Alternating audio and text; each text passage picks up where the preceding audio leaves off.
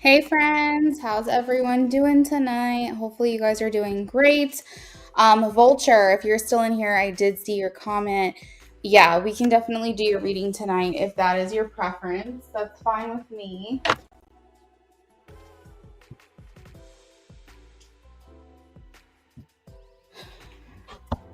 We're getting started a little bit later tonight. Sorry about that, everyone. I try to time it as close to when I think I'll be available, and then sometimes I run a little behind. So, just the name of the game. Let's take a look here. Nausea.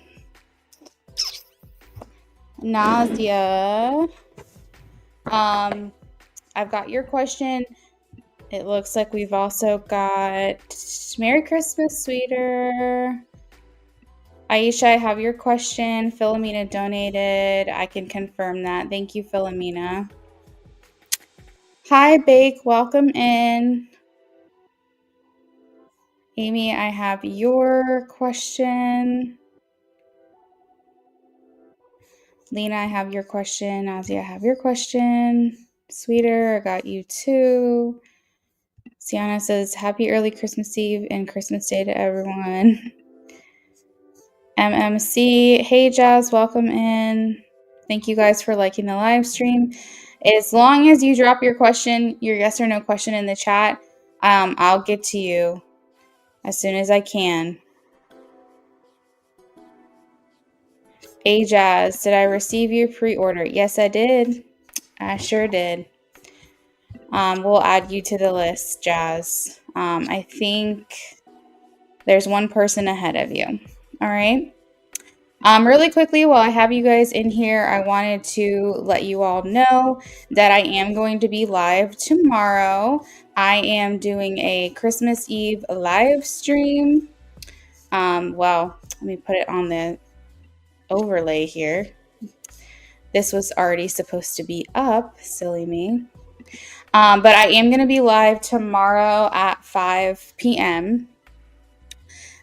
It's, Eastern Standard Time where I am.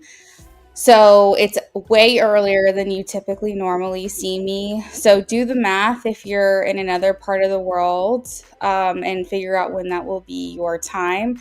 I am accepting pre-orders now for that. So if you send a donation, just put in the notes Christmas Eve. Make sure that you guys are either leaving your question with me or making sure you're present. I just typically don't go live on holidays. And so this is definitely something different that I'm doing because normally you guys wouldn't see me tomorrow. However, I was like, you know what? I don't ever go live on holidays. Let me make sure I'm here. But because we have plans, I do have to get on earlier than usual. Hopefully that works out for the majority of you. But just set the reminder. I posted a link about it already. Let me post the link again. You guys can just click to notify you when that's going to be if you're interested in being there for that tomorrow evening. Now, there is going to be a giveaway.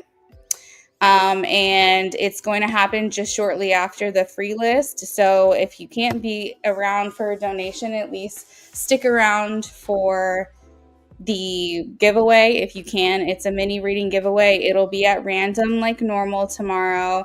It's just going to be whoever is present and wants to participate, you will be added to the list, and then we'll do a free mini reading giveaway for whoever wants it as my gift back to you guys, just for all your support and all of that over time. So make sure that you are here tomorrow.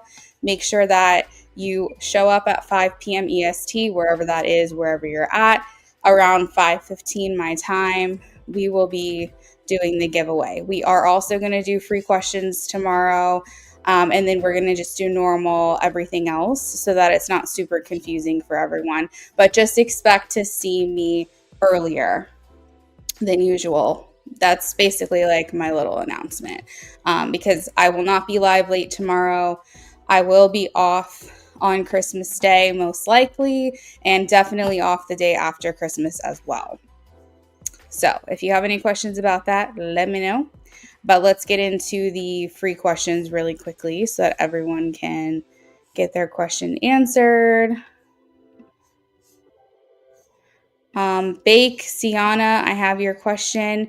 Make sure that you're only posting once.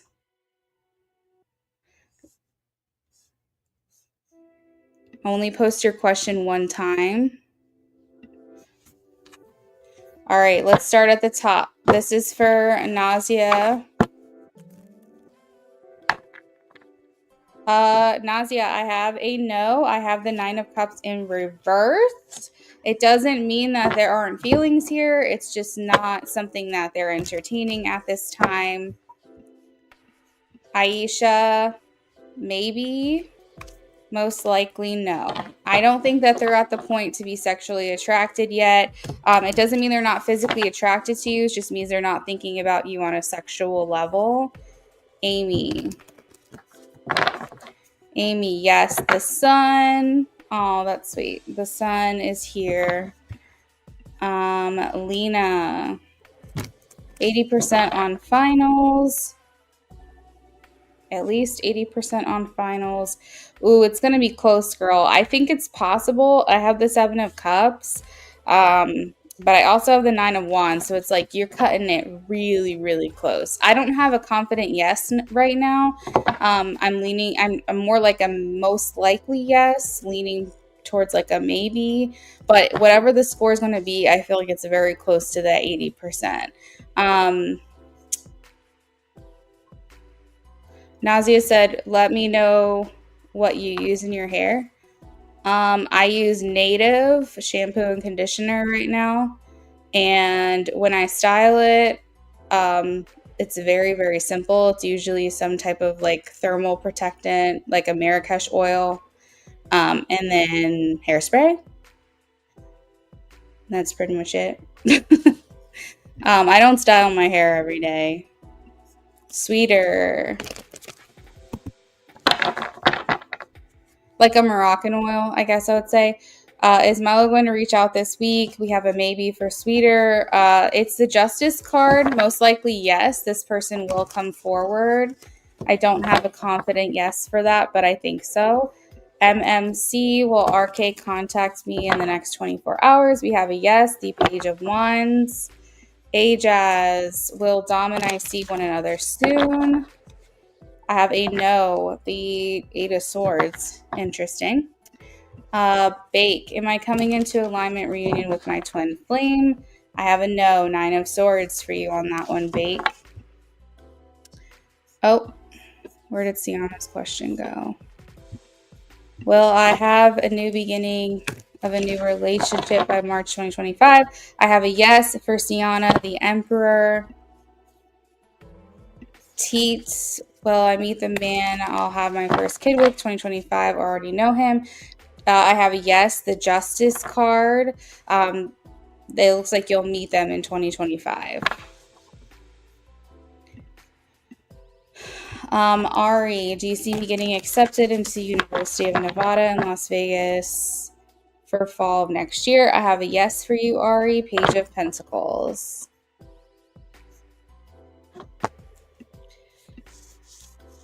Hey, IJ, welcome in. Daniela, welcome in. Or Danielle, I'm sorry, welcome. You did, IJ. I'm so happy you guys are talking again. Yeah, Amy, the sun is a really great card. I think it's sending you lots of warmth and love. Danielle, does Paul want to contact me during the holidays? Danielle, I'm getting a no. I hope I'm wrong. I'm so sorry. I have the 10 of Swords. If I tell you guys the card that I have and you want further elaboration, I let you know what the card is so you can Google that for yourselves if you want just a little bit more insight. IJ, I have a yes, Page of Pentacles. Merry early Christmas Eve and Christmas Day to everyone. Okay, so I think a couple new people are in here right now, so I'm just going to throw on the screen that I will be live tomorrow, Christmas Eve at 5 p.m. Eastern Standard Time. So if you're in another part of the country or another part of the world, just double check what time that would be for you. We are doing a giveaway. We are doing a free reading giveaway. It will be announced around like 5:15, sometime after the free list, very soon after the free list. And basically, if you're here and you want to partake and might maybe win, then that's how it's going to work. You don't have to do anything for it. I'm not asking you to do anything for it. It's just my thanks to you guys for your support. And we haven't done a giveaway in a while, so I figured that would be fun. So make sure that you show up if you want to be a part of that. Also letting you guys know that pre-orders for the Christmas Eve live stream are open. They've been open since Friday night. So we have had a couple pre-orders already. One of them I'm actually doing tonight because they requested it. But if you want to go ahead and pre-order, all I ask is that you put the Christmas Eve in the notes. And if you don't think you'll be here, you send me your question either on Instagram or put it in the note of the donation itself, or make sure that you're present. You have multiple options. And if you haven't already started following me on Luna or at Luna Affinity on Instagram, definitely do so, because that's where I make a lot of announcements over there. I think that was everything. So with that, I'm going to go ahead and close the free list. I hope everyone enjoyed those readings. We are going to go ahead and get started on our donation list now. And let me get that posted so everyone knows where they are.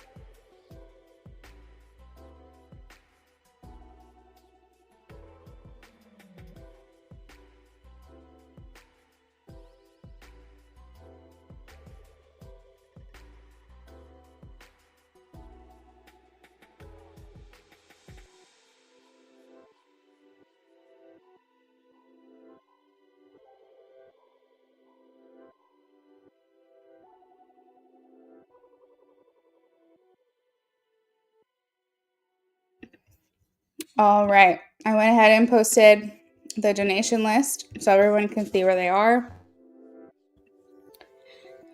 Culture is up first. You're welcome, IJ. You're welcome, Danielle. Culture is up first. Culture, if you're still here, just check in with me real quick.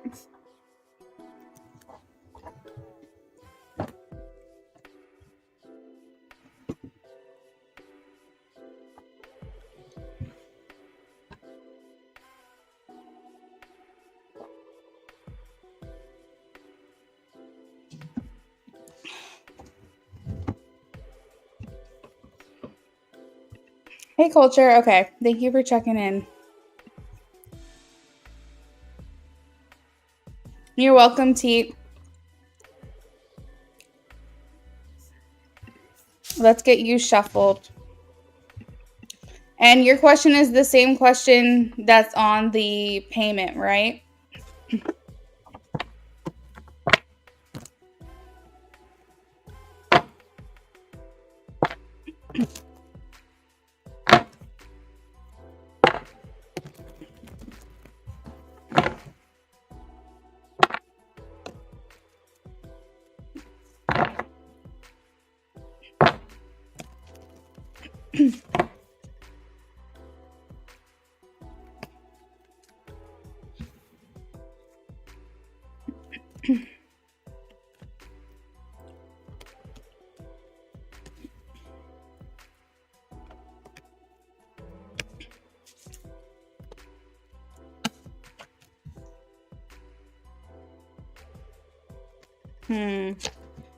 All right. So,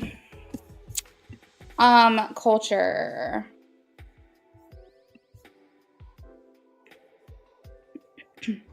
Okay, culture. So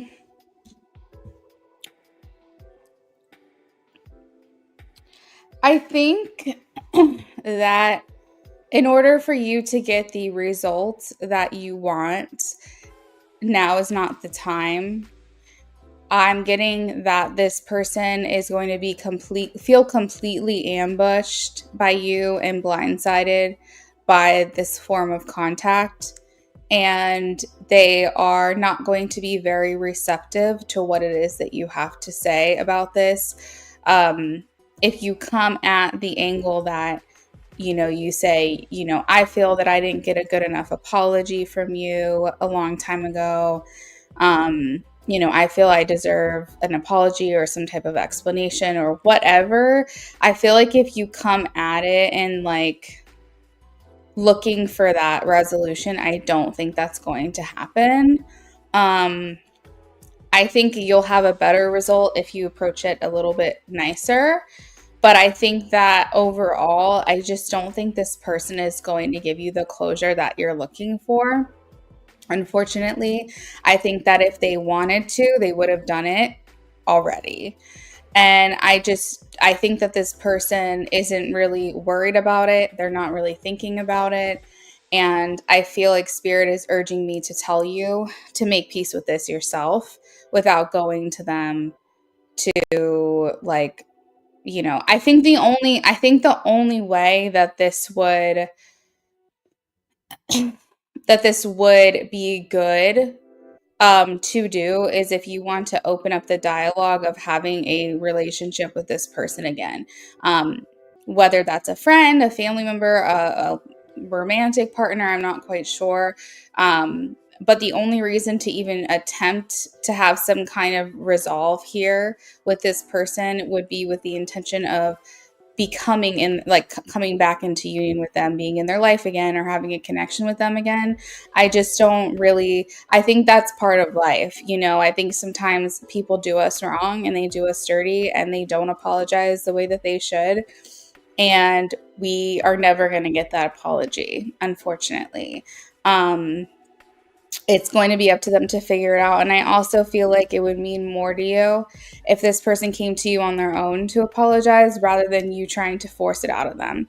So you have to figure out and think to yourself, what is it that I'm trying to get from this apology?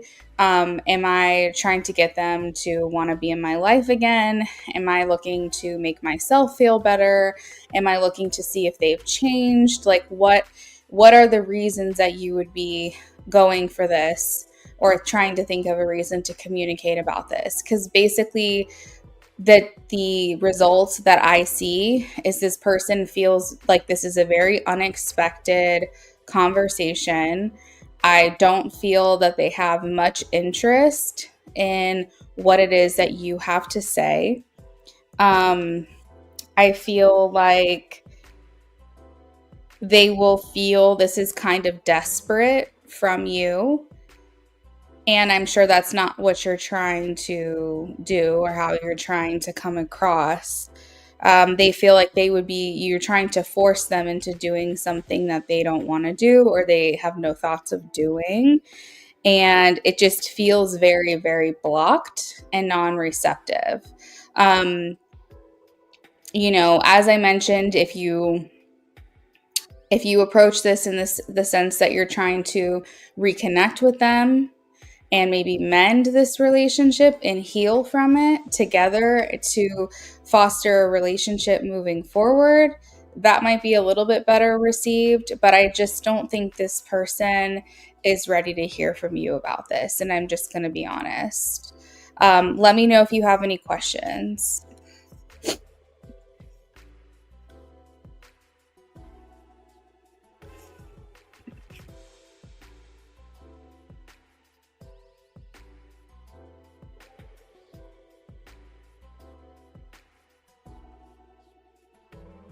A relationship of any sort is not possible. I just don't think it's fair that I have to sit feeling like it's my fault.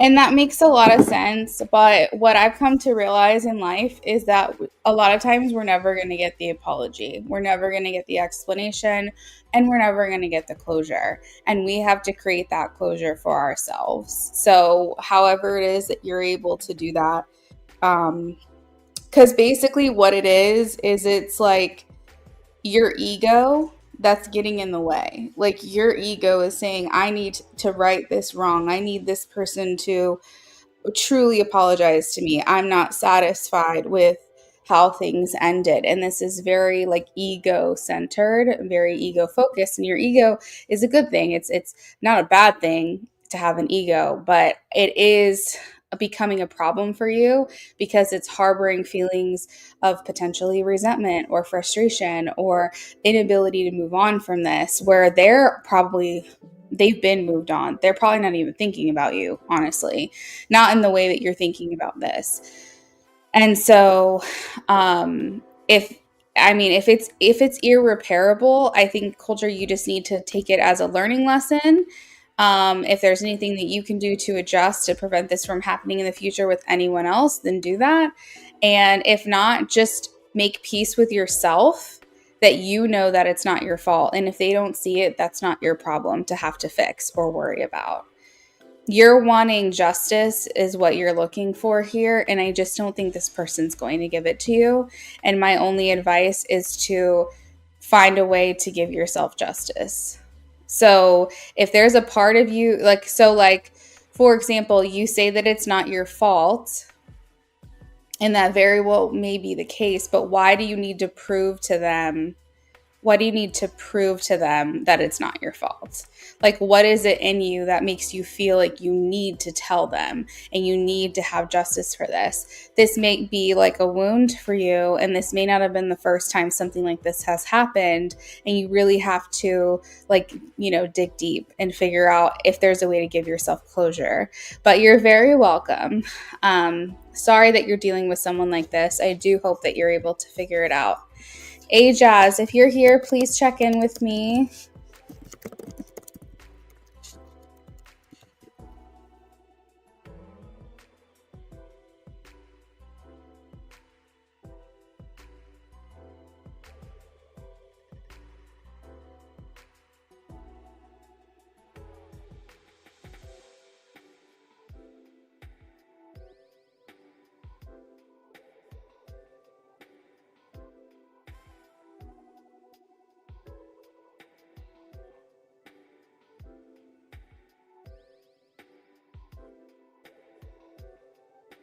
Hey, hey.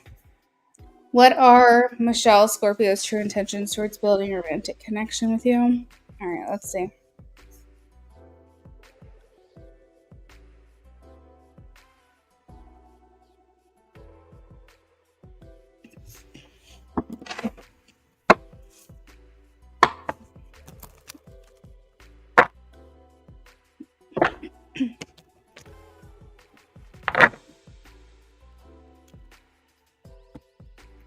Oh.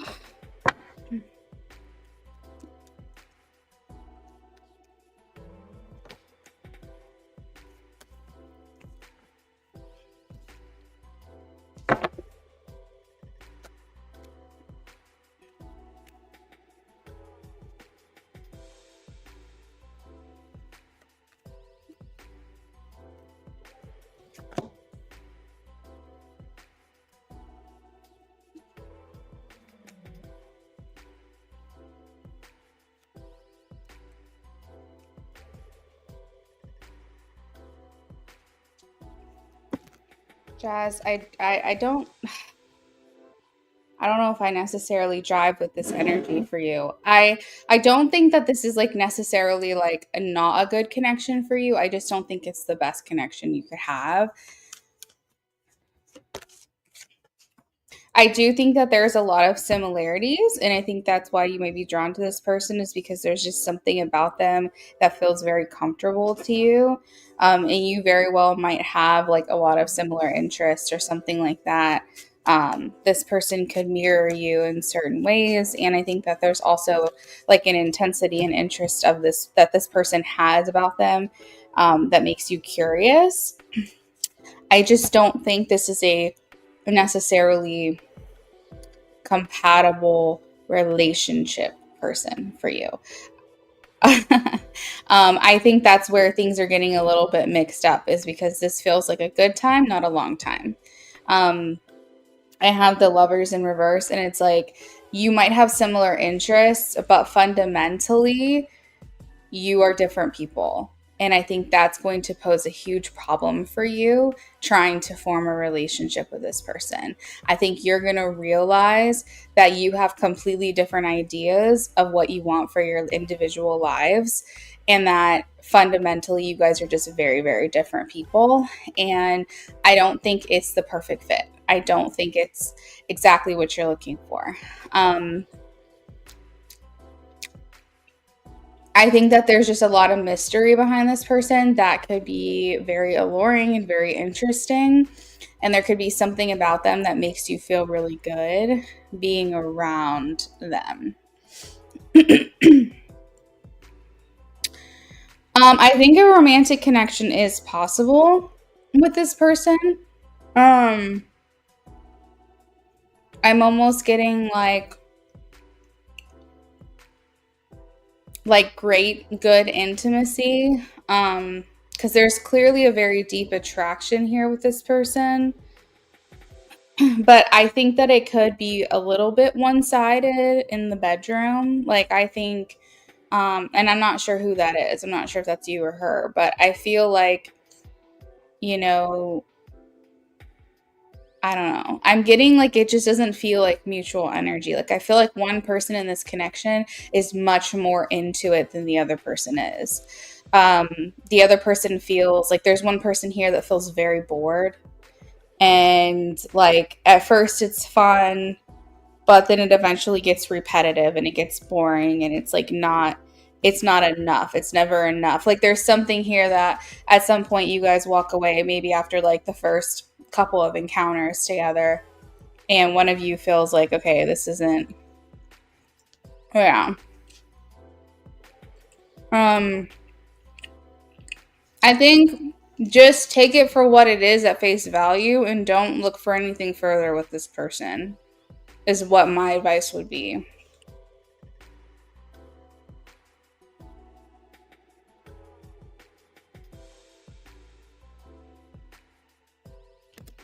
I don't think that it's going to go really far. It's not, again, it's not a bad connection. It's not like you guys are going to have this big blow up fight and get mad at each other or hate each other or get frustrated. I really just think after some time together, you're going to realize it's just, you just don't want the same things. It's just not heading in the same direction. Okay. I mean, as long as you're going into it with that mindset, I think that's great. I think you guys could have some fun, but I just don't think this is. I think you just have to take it for what it is at face value. You just have to accept it while it's here. Just be present, be in the moment, have fun with it, and have respect for it when it's over, and just say it was a good time, but it burned quickly. Like, that's what it feels like.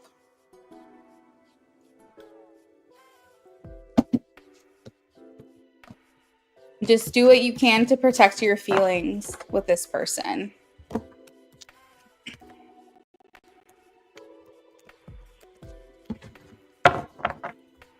You know what I mean? Okay, I think that's perfect then. Then enjoy yourself. I see that you donated for an add-on, so what can I do for you for this one?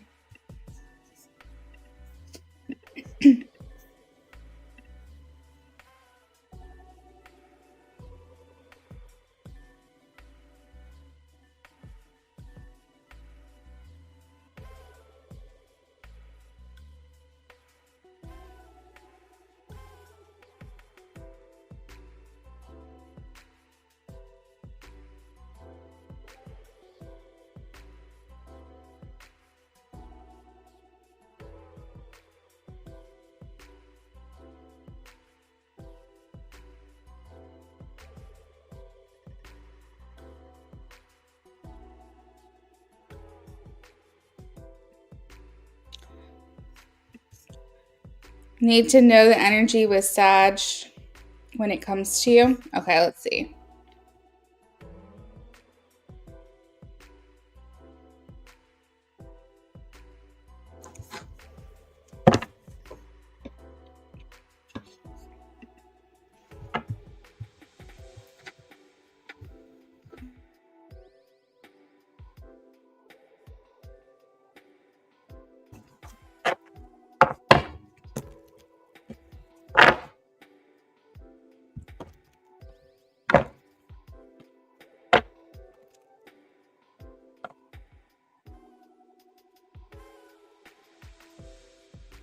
You love my honesty. You picked up on it and always spot on. Oh, thanks, girl.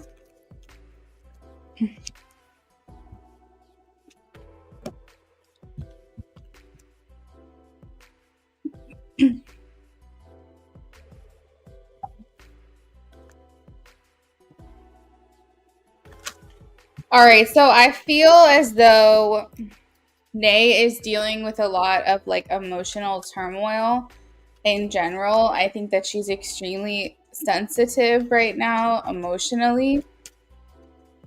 It almost feels like she's trying to heal from a heartbreak. And I think that she kind of feels like her whole world just kind of like fell out from underneath her. And she's trying to keep it together. I do feel like she's looking at you as I just need to accept things that have happened. I don't think she wants to. I don't think she wants to move on from you, to be honest. But I think that she feels she needs to accept that truth, that she just has to like move forward, or like, I don't know, try to be civil with you or something. Like, it seems as though she feels like she shouldn't be trying, and that she's very hesitant. But I think this makes her sad because I think that she feels like she's not really sure if she missed out on something good, if she should try again, if she should, like, almost like wanting to take your lead. But at the same time, I feel like there is a part of her that also knows that she has like always kind of been the one that's like, it's hard to say because I feel like she's always been the one that has kind of directed. She set the pace. That's what it is. Thank you, Spirit. She set the pace for the connection between the two of you. She always was kind of the one in charge of that. But for whatever reason, she feels that you were always the one making the effort. And so, in a sense, it's like you've already put a lot of energy into this, and she feels like it's not fair to, again, let you take the lead. So, I think that she feels that there needs to be an exchange. Like, instead of her setting the pace, you need to be the one setting the pace. And instead of you making the effort, she needs to be the one making the effort. It's like she wants you guys to kind of swap places, but she's very, very hesitant to do this. And there is a big part of her that feels like she just needs to move on. She just needs to accept things how they are and like just move forward with you know, on her path, like without you guys coming together. Because she feels like there's a lack of interest or something like that. And she does feel, and it's not a lack of interest from her part, it's just she doesn't think that you're going to want her again. And she feels though that there's like a wasted potential here because she feels like she kind of blew it. You know what I mean? And so she's just kind of here like, I guess I just need to not be in denial, and I need to accept what has happened between us. But at the same time, I would say like 15% of her still isn't fully ready to move on. But I think logically she knows that she needs to. Now, this is essentially just growing pains for her. I do feel like this is something that she needs to work through, because it's almost like she's having to suffer the consequences of her actions, which is something she needs to do. Yeah, you were fed up with her choosing you second. That makes sense. You know, she felt she felt a divided loyalty, and she felt like she had she couldn't give you all of her, and she couldn't give herself to someone else. And I think there was just like a lot of conflict when it comes to living her truth. And I feel like she still hasn't come to terms with it, to be completely honest with you. Yeah, I don't think she's come to terms with that. And I think she's like licking her wounds. Like, again, she feels very emotionally sensitive right now. And with this, like, emotional sensitivity, I see her acting out. I see her making bad choices. I see her focusing on the negative and maybe doing things in a way to cope that aren't necessarily healthy for her. So, like, this also would not be a good energy to try to contact her again, because she might be in like self-sabotage mode at this point. Um, so just be careful. That's what I gotta say. I think after this, she'll learn, but I think she's kind of spiraling a little bit right now.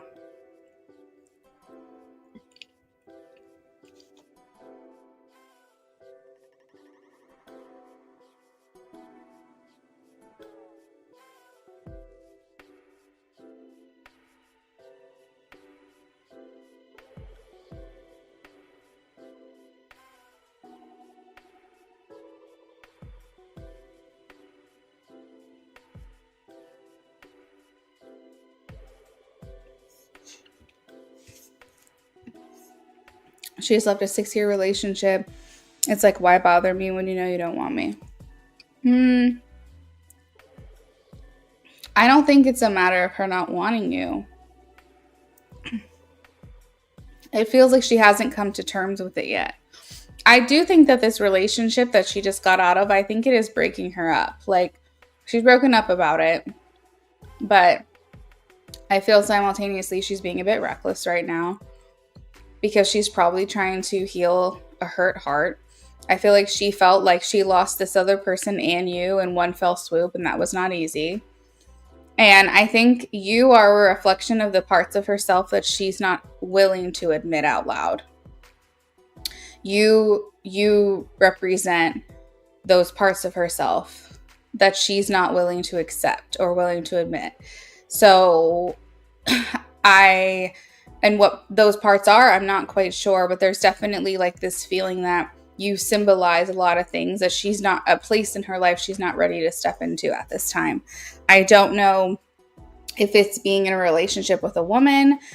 I don't know if it's being in another relationship. Maybe she's not ready for that, but she knows that with you, that could be something that could happen. And she feels like she just needs some time to herself right now. So she's trying to shut this down. I don't know.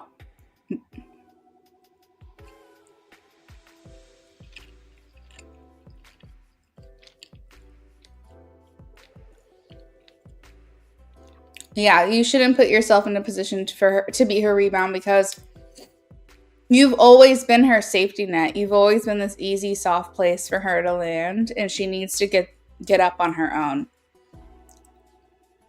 Because that's not good for your relationship. That's not good for your psyche.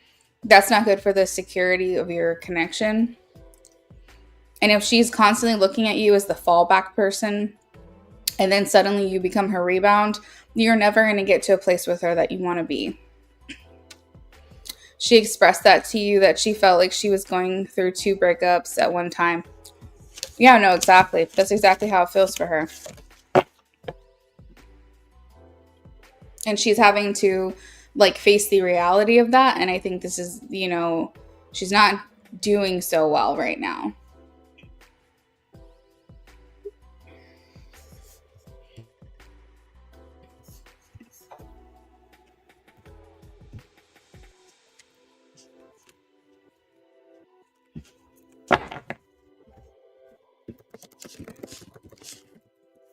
So my advice, Jazz, would be to kind of just hang back and let her sort this out for herself. And it might be hard because I think it's very possible that she may reach out to you after this breakup. She might have already, but I think that when she's feeling weak, when she's feeling like she needs comfort, she might reach out to you, because that has been kind of a pattern for her in the past. And so you have to decide in those moments, are you going to be that for her, or are you going to let her figure it out for herself? I know. I just don't think you should be her fallback person right now. She needs to find someone else to do that for her.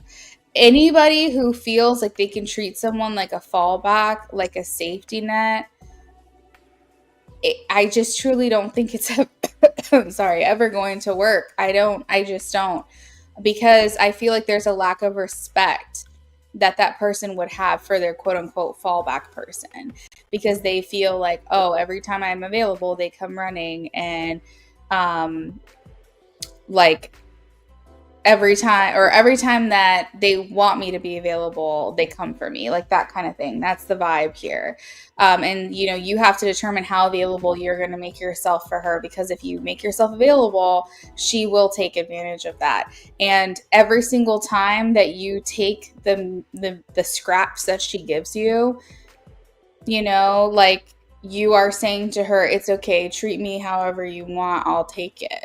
And then there's going to be a imbalance in the level of respect.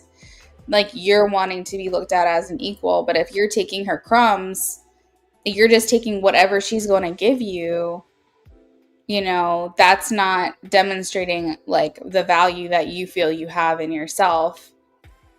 And if you want something sustainable with her, you have to let her go through this.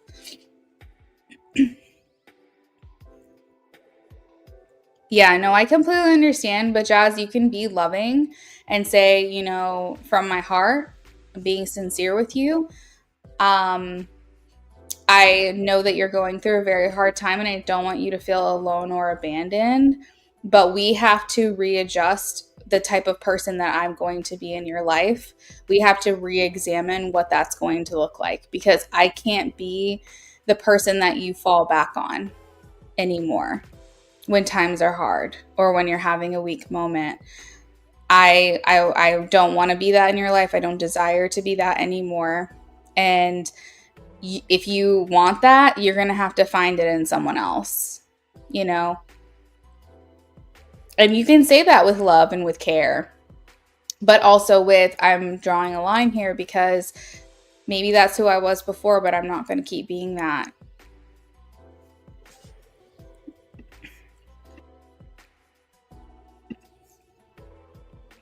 Hey, Philomena. Well, I don't think James is here yet, so go ahead and drop your question in the chat for me, girl. Yeah.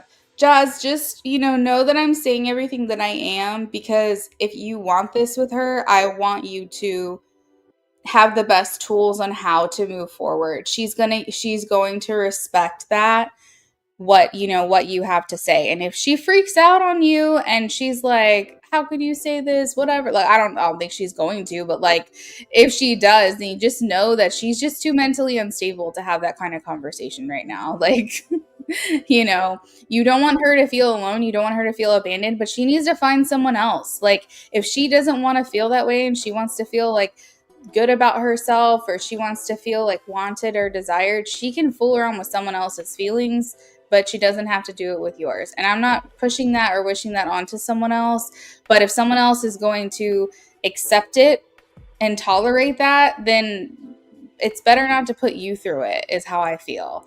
And you're my client, so like, I care about you. I care about your well-being and your mental health. Yeah, you're very welcome.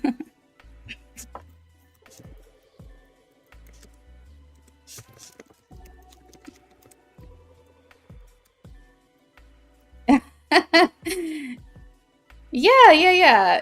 I sound like your best friend. Oh my gosh, that's funny. Yeah. Your best friend has good advice.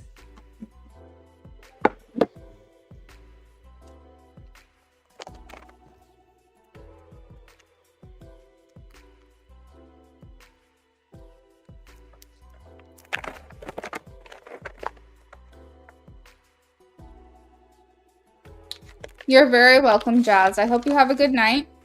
Maybe we'll see you tomorrow for Christmas Eve. I feel like best friends, like true best friends, they can see things from the outside that you can't see. And I think that you should trust what they say.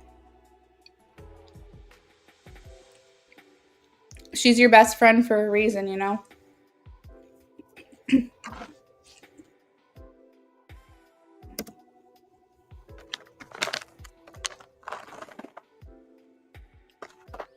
Philomena, if you're here, we're just waiting for you to drop your question, girl.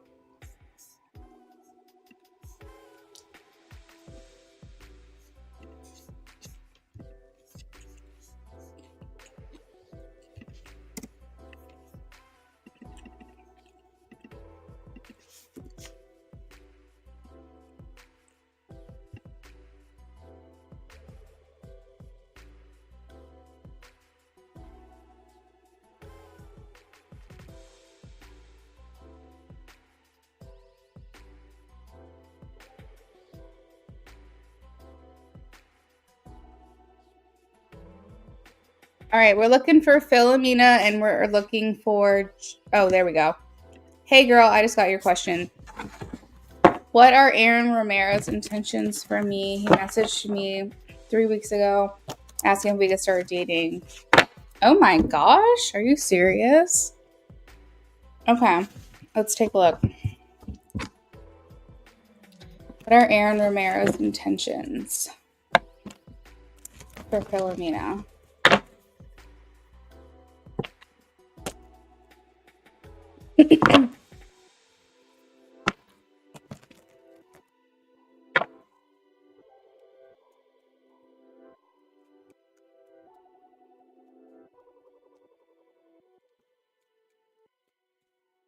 Girl, where are all these men coming from? They're just coming out the woodwork.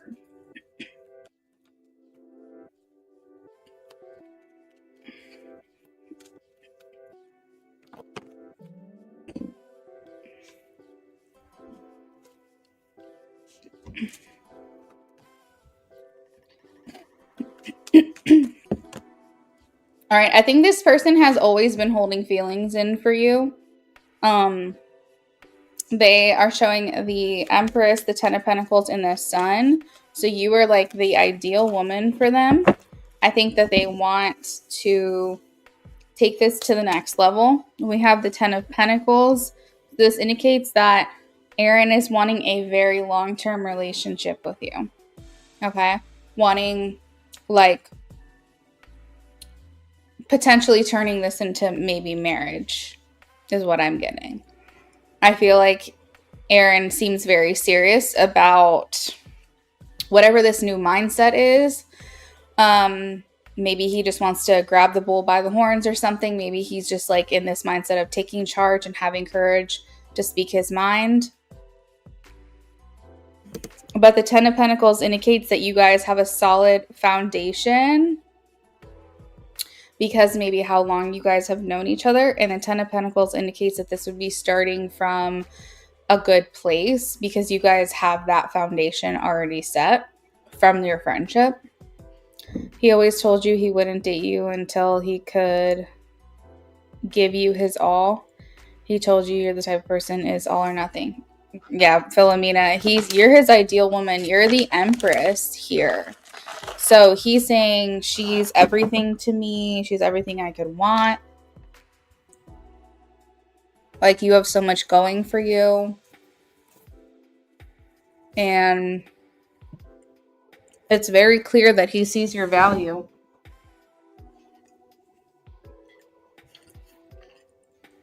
It's like reminding me of someone who's playing a long game. Like, he's watched you maybe go on dates with other people or be in relationships with other people. And he's like, it's fine. Because, like, I'm going to come for her in the end. Like, it feels like this was like a plan or something at some point. And he was hoping that he would get there. Maybe he feels like now he's in that place that he can do that for you. if he's coming through saying, I'm taking a risk, I'm going to hope for the best. It's scary because this isn't just like anybody, this is Philomena. And I understand that I could risk it all and lose everything altogether. But I think that he's waged those risks and he's like, I'm going to go for it.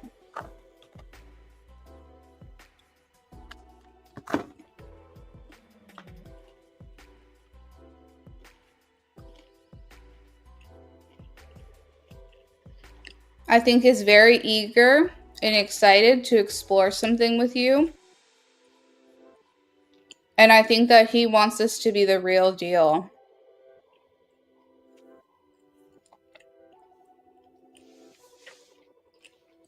I also feel that, sorry, I'm eating walnuts. If you were to take this route with him, it would be a very fast engagement, is what I'm getting. Like, you guys would get engaged very quickly.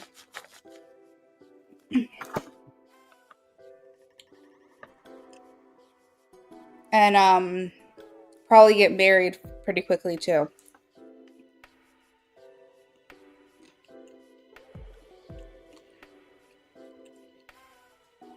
I feel like he doesn't want to hold back anymore.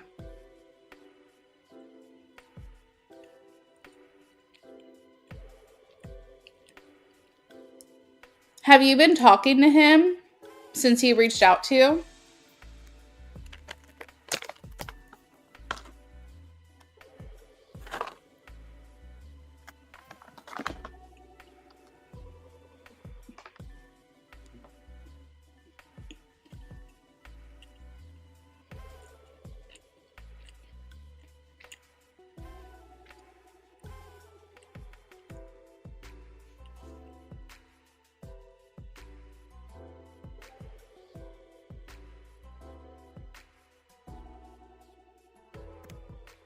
I'm also seeing the number 3, which could be important.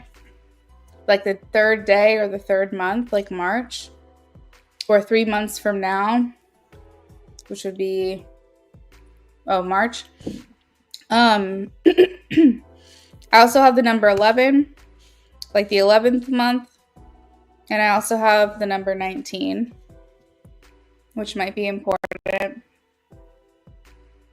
Last time you saw each other, he tried to kiss you.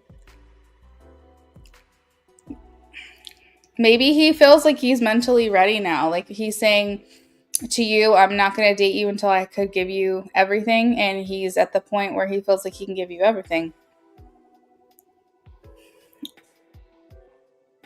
I feel like he's always had feelings for you, Philomena. I think he wants you to be the mother of his children. I think he wants to marry you. I think he's approaching you saying, can we start dating? Because he wants to get the ball rolling. But I don't think that's his end game. Look, I think he wants it all with you. I think he wants everything with you. Like a family and everything.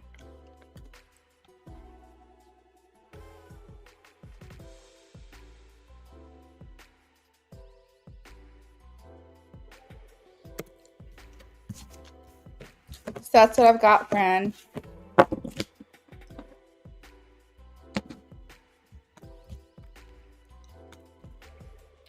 Would you like to add on to your reading, or does that answer your question?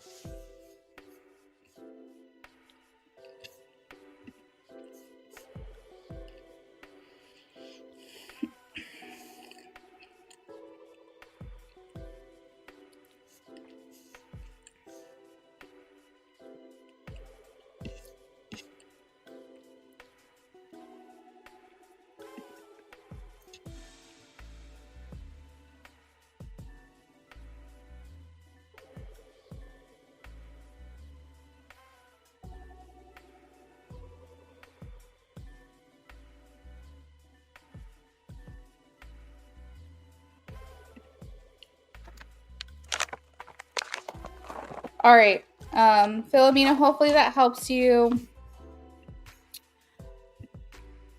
We're looking for James now.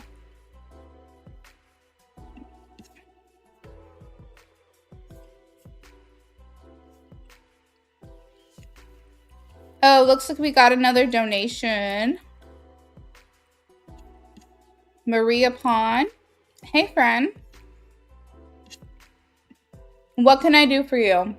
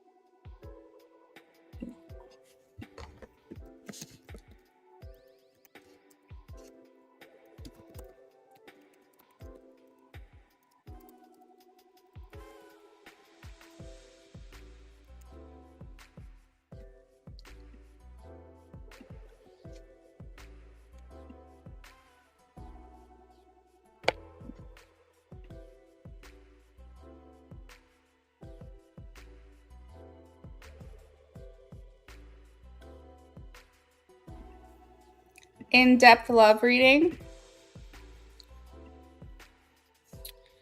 Did you want the love spread or did you have a question for me?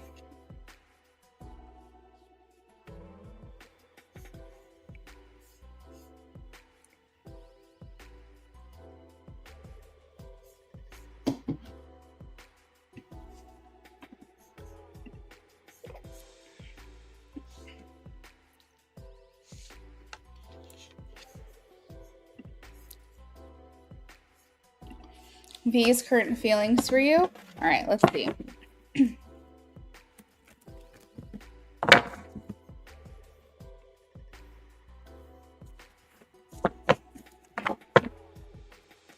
V's current feelings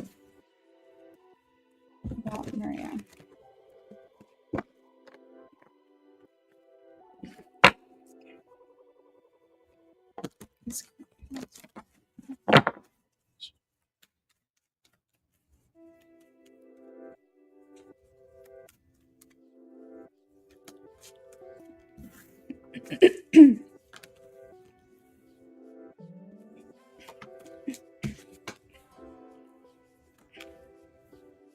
I think this person like loves you or has very strong feelings for you, but feels burdened in some way. The card of needing clarity is here with the Ace of Swords. I'm so sorry. Having like allergies or something tonight. I feel like the feelings and intentions for your connection is to take things to the next level. I think there's this desire within V to see where this could go. So wherever you guys are at right now, I use the Four of Swords as like commitment. Four of Wands like commitment. Four of Wands is like the marriage card. But with respect to every person's individual circumstances, it's not always going to mean marriage, but it does mean taking things to the next step to some degree. So for example, if you guys are just in like the talking stage, he wants to move it to taking you out on dates. If you're on dates, he wants to move it into making the relationship official. If you guys are already official, he might want to talk moving in together, getting an animal together, getting engaged, maybe getting married, maybe having a baby. So like you can see whatever stage you guys are at in your relationship, there's this desire within V to take things further with you. And so what is that telling me is that V does not have any interest in letting this connection go. There's more interest in seeing where it can go. But again, I do have the 10 of Wands, which is like a burden between his feelings, and it's like separating. It's like there's something separating you guys from being able to take that next step. It may be a burden that he's putting on himself. Maybe he feels like he has to have everything perfect and everything in line or something like that in order for this to work, and then he can take things to the next level. But it definitely feels like something is coming between those feelings of what he has for you and taking things to the next level. But there is that desire there, because I think one of the main thing is that he knows what a catch you are, and I think he doesn't want to let you go. He doesn't want to feel like he missed out on something with you, or that you guys weren't able to realize your full potential. I think that there's a lot of overflowing love here. Like, I would say he's in love with you, Maria, honestly. I mean, I don't want to put words in his mouth. If you guys have expressed love to each other and things like that, then just take this as like validation that those feelings are real. If he hasn't, just know that his feelings run deep for you. Okay. Let me see. I think that they're a lot stronger than maybe he even shows you. Because I have like a lot of imagery of like an outpouring of love. Like, his love for you is so big that it's like it's starting to pour out into his life. So he may be like considering you and his future plans. So you might notice him starting to say, oh, well, next month I'm doing this. I want you to come. Or in a year from now, next year we're doing this and I would love for you to do this with me, or whatever. Like, you're going to start to see yourself from him, like, be included in his future plans. Like, he's fitting you into his life in those areas, and he's going to start verbalizing it. So that way you can see, okay, he's thinking about, he still wants us to be together a month from now, 2 months from now, a year from now, because he's going to start saying things and including you in those future plans. There does seem like there's some struggle here in terms of,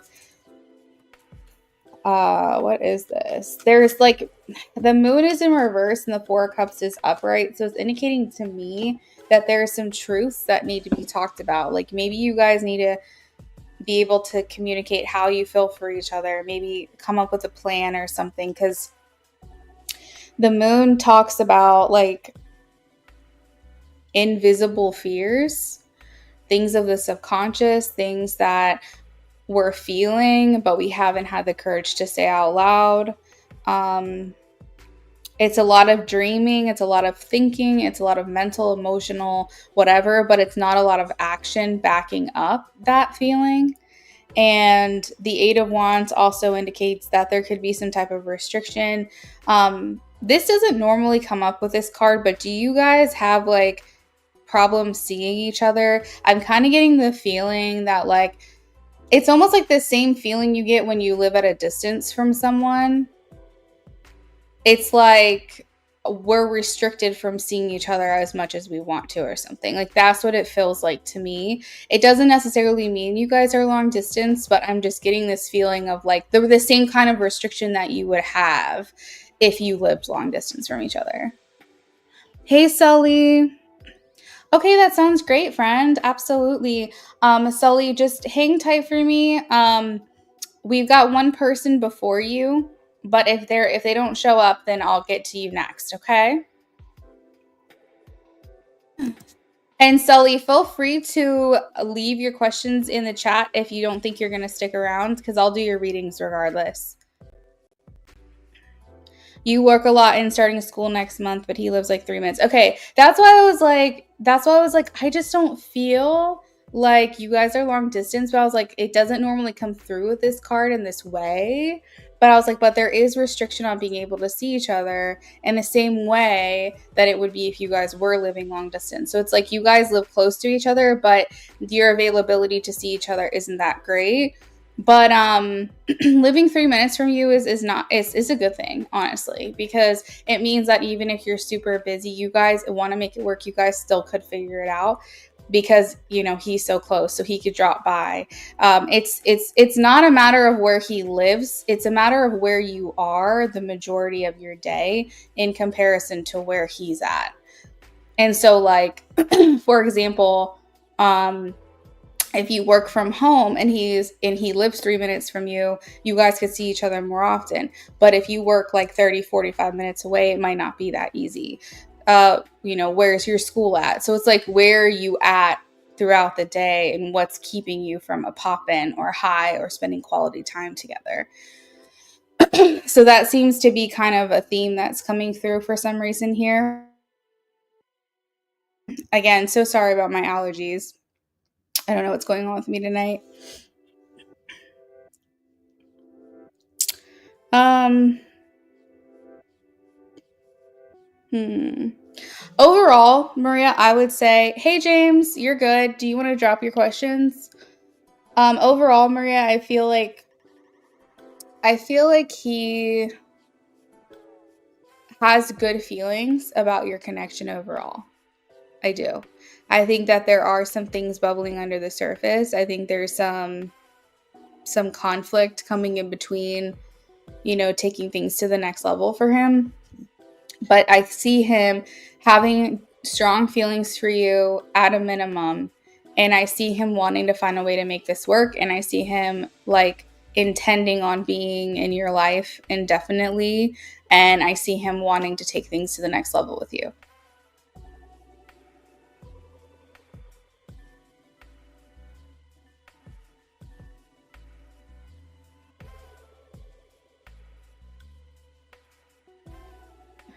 Do you need anything clarified about this reading? Like anything that I said that you're confused about?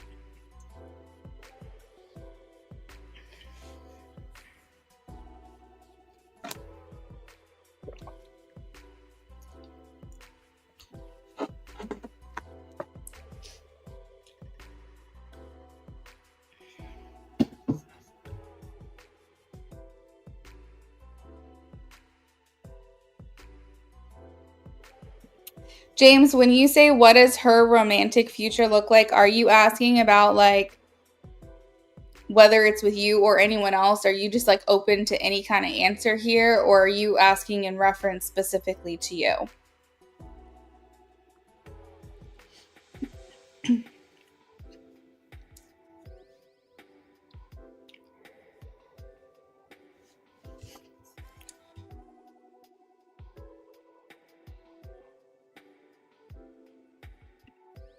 Any answer is fine. Okay, you got it.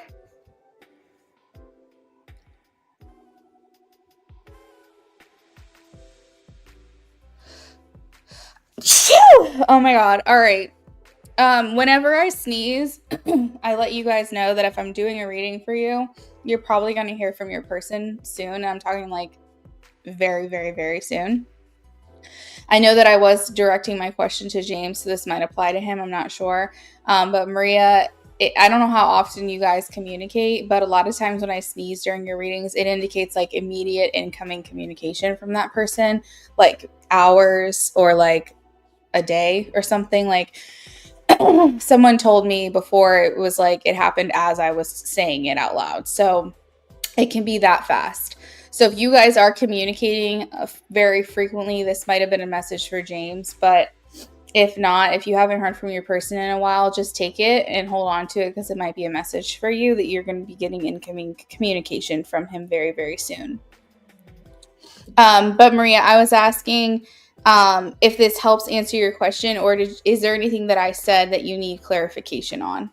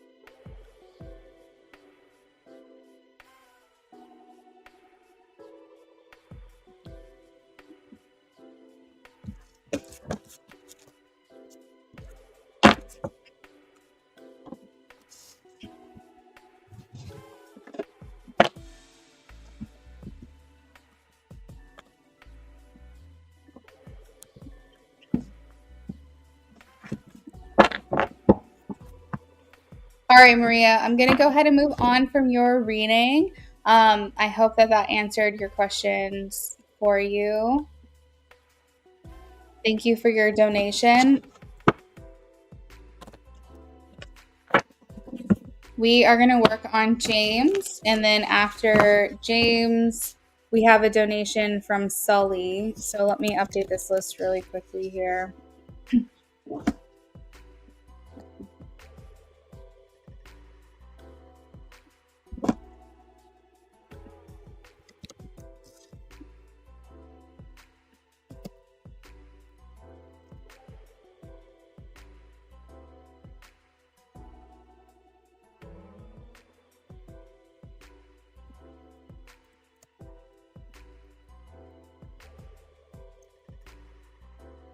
All right, James, let's get started on your reading. We're going to start with the channeled messages. Oh. I'm very, very frustrated that as soon as I started doing these readings tonight, I'm like, suddenly my allergies are hitting or something. I don't know what's going on. It makes it not easy to talk, I will say.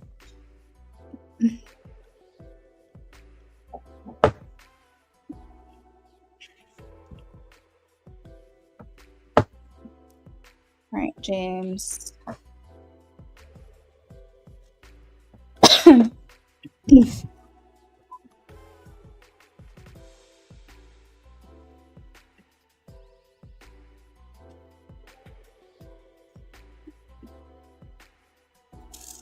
Oh, I just saw you sent me a message on Instagram.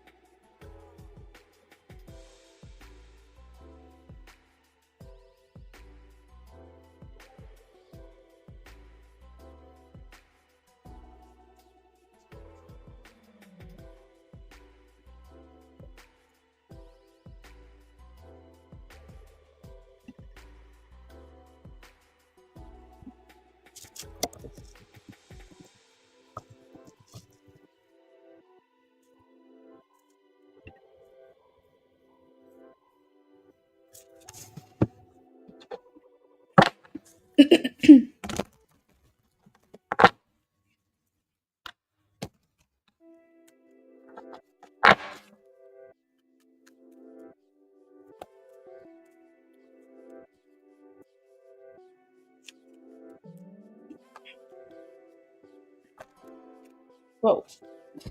All these cards just came flying out.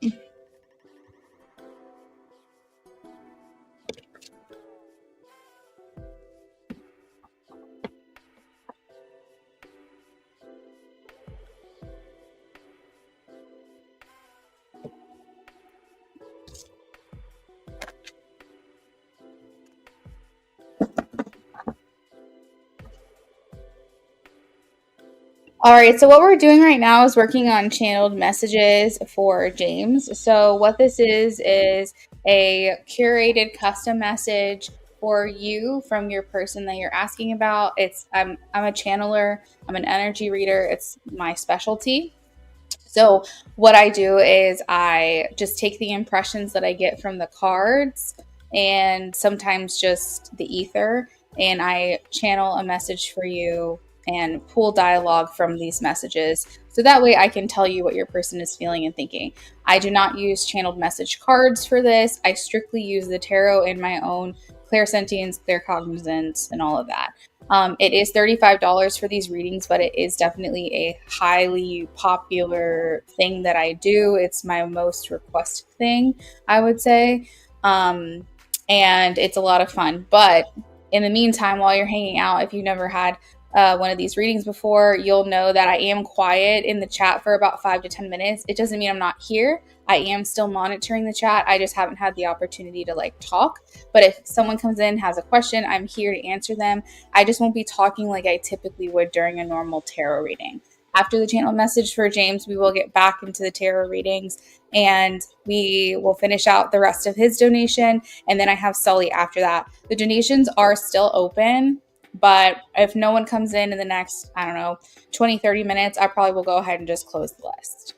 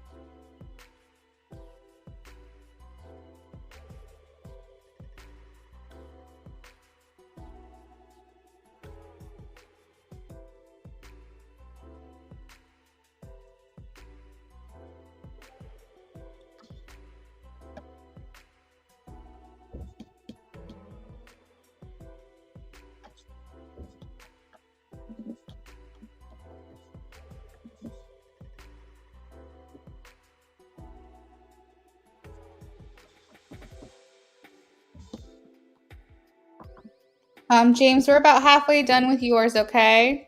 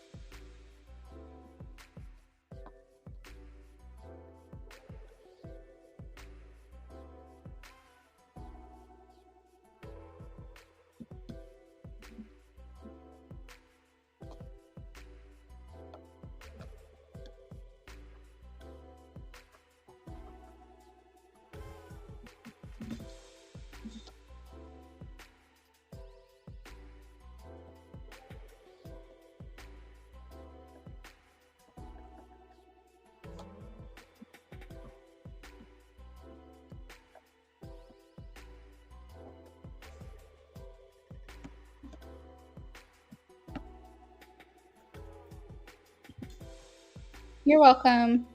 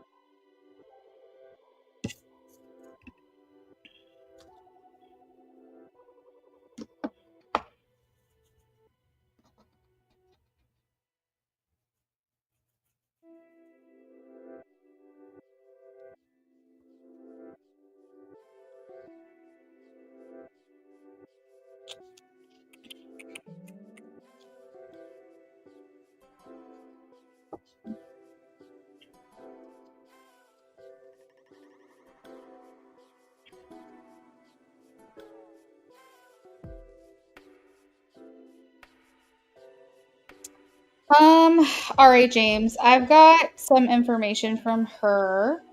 Um, it's like it's difficult like translating because I'm like I don't want to paraphrase what she's saying. I want to actually like say what I'm feeling when I channel her. Um, but some parts of the message really flowed, and I didn't feel like it was a struggle at all. Like I get like a good two or three sentences out, and it felt like okay, flow, got it, and then it felt blocked again. I think what this means is that she just truly doesn't like thinking about this right now. Um, she clearly has feelings about it, but I think for her is like I keep getting blocked because I truthfully think she's really trying to like just put this out of her mind. Um, but yeah, let me get this sent over to you. So she says, so here we are, and I think not talking is for the best. It makes me feel relieved, less drama, less nonsense. I've been thinking about it all, the way things went down, and I can't help but laugh. I mean, the whole let me tell you how you were at fault, and I don't want to admit I'm wrong, so let me put you down. Pathetic.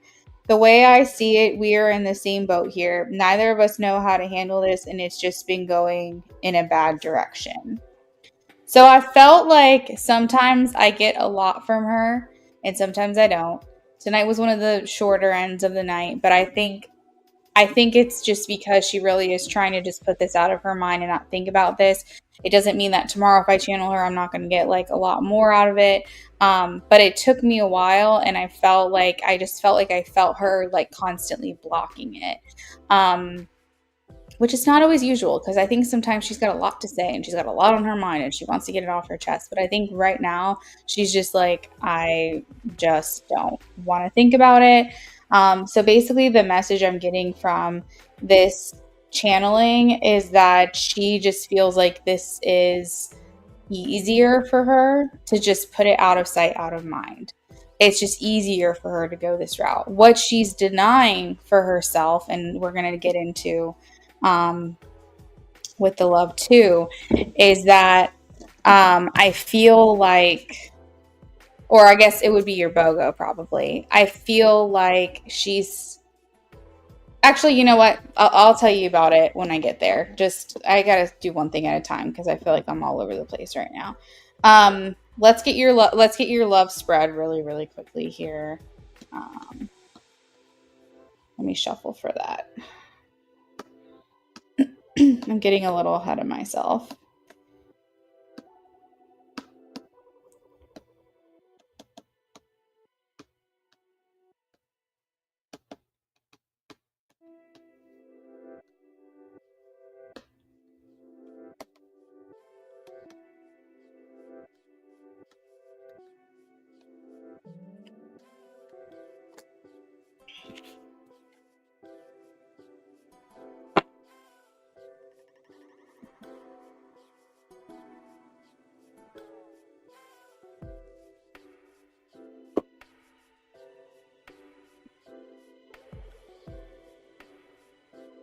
All right, let me shuffle.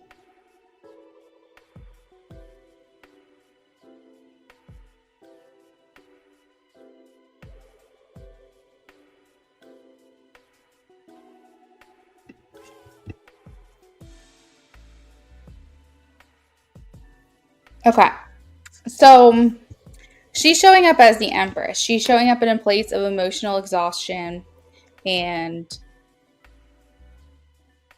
I feel like in her mind, she has felt like she's been over forgiving. Like, and when I say over forgiving, I don't mean she's done with forgiving. I mean, she feels like she's been extremely forgiving when it comes to you. Um, I think that she feels like she's let a lot of stuff go for the sake of your connection. Whether you agree with that or not, that's her feeling. She feels like she's shutting herself off to forgiving at this point now, because she felt like she did too much of that before. There were things that you would say, you would rub her the wrong way. She would like try to pretend like it's like didn't bother her, try to let it go, whatever. And I feel like even if that wasn't your intention, which I'm sure it wasn't, I'm sure you always just try to be supportive and, caring about her. She just, she takes it the wrong way. But that's sometimes what happens when you're dealing with someone who's in a very negative mindset, because they're just seeing the negative and there's really nothing you can do to help that person, honestly. And the Empress in reverse just makes me feel like she's cutting herself off from giving any kind of energy to you whatsoever. It makes me feel like she's pulling back and maybe even like rejecting, being vulnerable with you, period. And I don't really know if that feels much different to you at all. That probably just, okay, what's new is probably what you're thinking to yourself. But I think this is basically her taking a stand and saying, like, I'm not going to put myself in that position to go through that again. We have the Nine of Swords as her thoughts towards you. So her thoughts are dominated by anxiety and overwhelm a bit right now. Something I was going to tell you when I finished your channel message and I said I was getting ahead of myself is that she is undoubtedly losing sleep over this. I think this is actually getting to her a lot more than she's willing to admit. This rift between you is definitely consuming her more than she's letting on. And it's very clear with this card. It's very clear with the channeling that she keeps going, I'm not going to think about it. I'm not going to let this get to me. I'm not this, I'm not that. It's a lot of talk and it's not a lot of action being put behind it. And it's like, for example, the screenshot that you sent me does that look like someone who's over it? Does that look like someone who is moving on and isn't frustrated about what has transpired between the two of you? No, it's clearly directed at you, even though she assumes that you're not going to see it probably, or I don't really know. Maybe she thinks you will. I don't know if you have access to this anymore, but whatever it is, it's clearly a reflection of how this is still affecting her. And she's trying to act nonchalant. She's trying to act like she's fine. It's not bothering me. I'm fine. I'm moving on. I don't even want to think about this. But she isn't stuck in a cycle of overthinking. She really is fixated on this and what went on. And I think that you've kind of got her trapped, and she's acting like, oh, I'm fine. I'm good. Everything's fine. I'm good. But I think that is not the case. I think this is definitely messing with her a lot more than she wants to admit. And I don't know if it's because of her unexpressed feelings for you. I don't know if she's just pissed. I don't know if she resents the things that you said and it really got under her skin. Truth be told, I don't really know. It could be a mix of it all. But I definitely feel like this is absolutely getting to her more than she's acting like it is. Her feelings for you are the King of Swords in reverse. So I think that she's feeling a little resentful, to be honest. I think there's been the King of Swords talks about communication. So in its negative light, it's miscommunication, it's blockages, it's maybe she saw a side of you that she was like, what the hell? Because a lot of times you come through as the King of Swords. So, she's like, he's cold, he's distant, he's being mean, he's saying horrible things about me. And, leaving her with the sense that maybe it was a lie all along. Maybe she felt like because I think it was a narrative of I feel this way towards James. I feel that he is this type of person, and that's what makes me scared.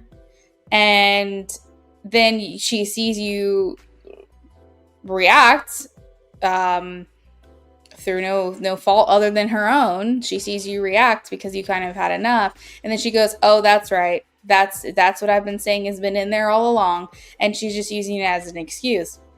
But I also feel like she's realizing that you're completely detaching from her emotionally, and you're leaving her feel neglected and unsupported. And I think that she's just seeing you in a completely different light, to be completely honest. And she's like, was this all a facade? Was he lying all along? He he telling me the truth before when he was saying nice things? Like, I think this has got her on a tailspin, trying to figure out who the real you is. Now, intuitively, she knows. Intuitively, she knows deep down who you truly are. However, her ego is wanting to paint you in a different light. Her intentions for the connection, we have the high priestess in reverse. So her intentions are unclear, even to herself.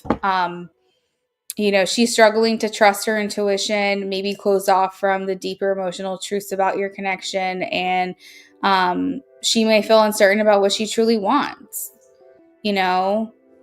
I I don't really think that I can give you a clear answer on that right now, to be completely honest with you. I just don't know if and when she's going to feel ready to engage, how long she's going to be in avoidance for. And, I think especially if she thinks things are going to just end in disappointment again, I truly don't know if she's going to open herself back up. As far as blocks or influences, anything new? Not really. We have the Five of Swords. This is really just like a power struggle influence here. It's funny that you say the tables have turned, because yeah, it's like that kind of energy. Like, you guys keep flipping back and forth. I'm feeling also very nervous, James, right now. Like, how like if you're going in for a job interview, it can be kind of like nerve-wracking. Your stomach kind of feels like uneasy. Like, that's the kind of energy I'm getting from her right now. I think that she also might be finding it difficult to release the need to win or be right in this situation. So she might be holding on to some sort of like victim mindset, like she's been wronged or something, and she's like, I'm right. I need to be right. I won this, that kind of thing. And that's the mentality, which, to each their own, but I do find that to be a little immature. Overall energy, we have the Star in reverse, which indicates disappointment, lack of hope, or emotional stagnation. Focusing on the negative. I think overall she just feels disconnected from you. And if she ever did see potential or felt inspired by the potential of this connection, she feels like that's gone. And truth be told, if she did, it would have been like, when you light a fire and you really have to baby that shit. You have to throw in tinder, and you have to like throw in wood shavings, and you have to make sure that the one wrong move, one false move, and the wind's gonna blow it out. Like, that's kind of the vibe. So if she had any kind of feelings for what this could be, it was like very, very fragile circumstances. And her loss of faith doesn't seem like a big fall because it doesn't seem like it was very high to begin with. But I do think that it's making her feel like, okay, yeah, it's probably a good thing that this worked out the way that it did. All right. So in regards to her feelings towards you, so one feeling that I was getting when I was channeling for you is that, oh wait, you said, yeah, it's reactive abuse. Also, I think she never expected things to go down this way, or that I would respond the way that I have. I think she definitely thought I would apologize by now. Yeah, I think you're right. So yeah, I was getting some impressions while I was channeling. Like, the one thing that was coming through in regards to like her feelings for you is that Patty wants to be uplifted. Okay. She wants to hear good things about her. She wants people to tell her how amazing she is, how wonderful she is. Like, she likes that. Does she know how to react? No. Does she know how to like accept that compliment? No, she really doesn't. She's not good at accepting compliments, but I think she wants to feel uplifted and she wants to feel supported, but not by you. That's the problem. You specifically trigger her and she wants to hear good things by other people, just not you. Her narrative is that you are condescending, so your compliments feel void of sincerity. And I know that's not how you intend it to be, but that's how she takes it, because she has created this idea in her head, this preconceived idea that you are condescending. And so if you give her a compliment, it's like patting her on the back and saying, good girl. Like, she doesn't like that feeling. And she feels that your compliments, because she's put this label, she slapped this label on you. So now any single time you try to support her or uplift her or compliment her to any degree, she's like, oh, nope, he's disingenuous. Like, he's just saying that because he's like on his high horse and trying to like feel good about himself by saying something nice about the little people. Like, she just can't read your compliments. For whatever reason, when it comes from you, it translates into something negative for her. That is a her problem. That is not a you problem. That is not your intention. But this is the problem that you have between the two of you. So, for example, when you send the screenshot, and let's just break this down really quickly. She's talking about grateful and alone, which is like a big thing. Almost like that's what she's wanting. She's grateful to be alone. She's alone. She's announcing it, but she's happy about it. All right. And she's saying, I'm not submissive. I surrender only to the universe, which is crazy to me, because what she's saying is like, no man is going to tell me how to be. No man is going to tell me what to do. This is her claim coming into her power, but it's coming across almost like in a negative connotation. I respect what she's saying. I understand that, but she's using this as a crutch or an excuse to continue this behavior. She's saying better to be alone than in company of others. So, I don't want to keep reading all of this because it's like her business, but basically she's talking about how she feels that if someone is trying to tell her who she is, then she feels like that's not okay, because she's saying the only person that can tell me who I am is me. All right. And she's basically talking about how she's willing to accept other people as long as they're not willing to, as long as they're not going to judge her, as long as they're going to accept the pace that she sets for the connection. So again, reiterating, I want to have power in this. I want to be the one to say how this is going to go. She just does not want to submit. And what she's saying underneath it all in those messages is that she's willing to accept support from other people, but not if they're trying to push something onto them. Not if they're trying to put her into a mold that they want her to be. This is, again, her own perception. So this is what's frustrating, I'm sure, for you, is the fact that you are like, you're just seeing me so wrong. You're seeing me so completely wrong. Like, it's actually wild to me how you can twist this shit in your head, because this is never what I meant. This is never what I was trying to do. But the thing is that this is how she's receiving you. And I think that, honestly, in a nutshell, is why you guys have never understood each other ever. Like, it's been so hard to understand one another. It's like you're speaking a foreign language, she's speaking English. You guys are using a translating device.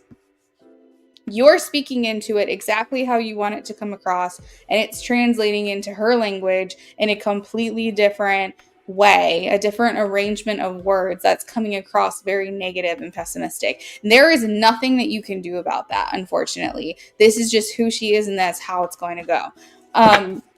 So that's like the big thing in terms of how she feels for you, is that when somebody says this is who you are, and they tell themselves this is who this person is, it is going to be hell to try to rearrange that, because it has nothing to do with you. It has nothing to do with like what you're doing. It has to do with the way they think.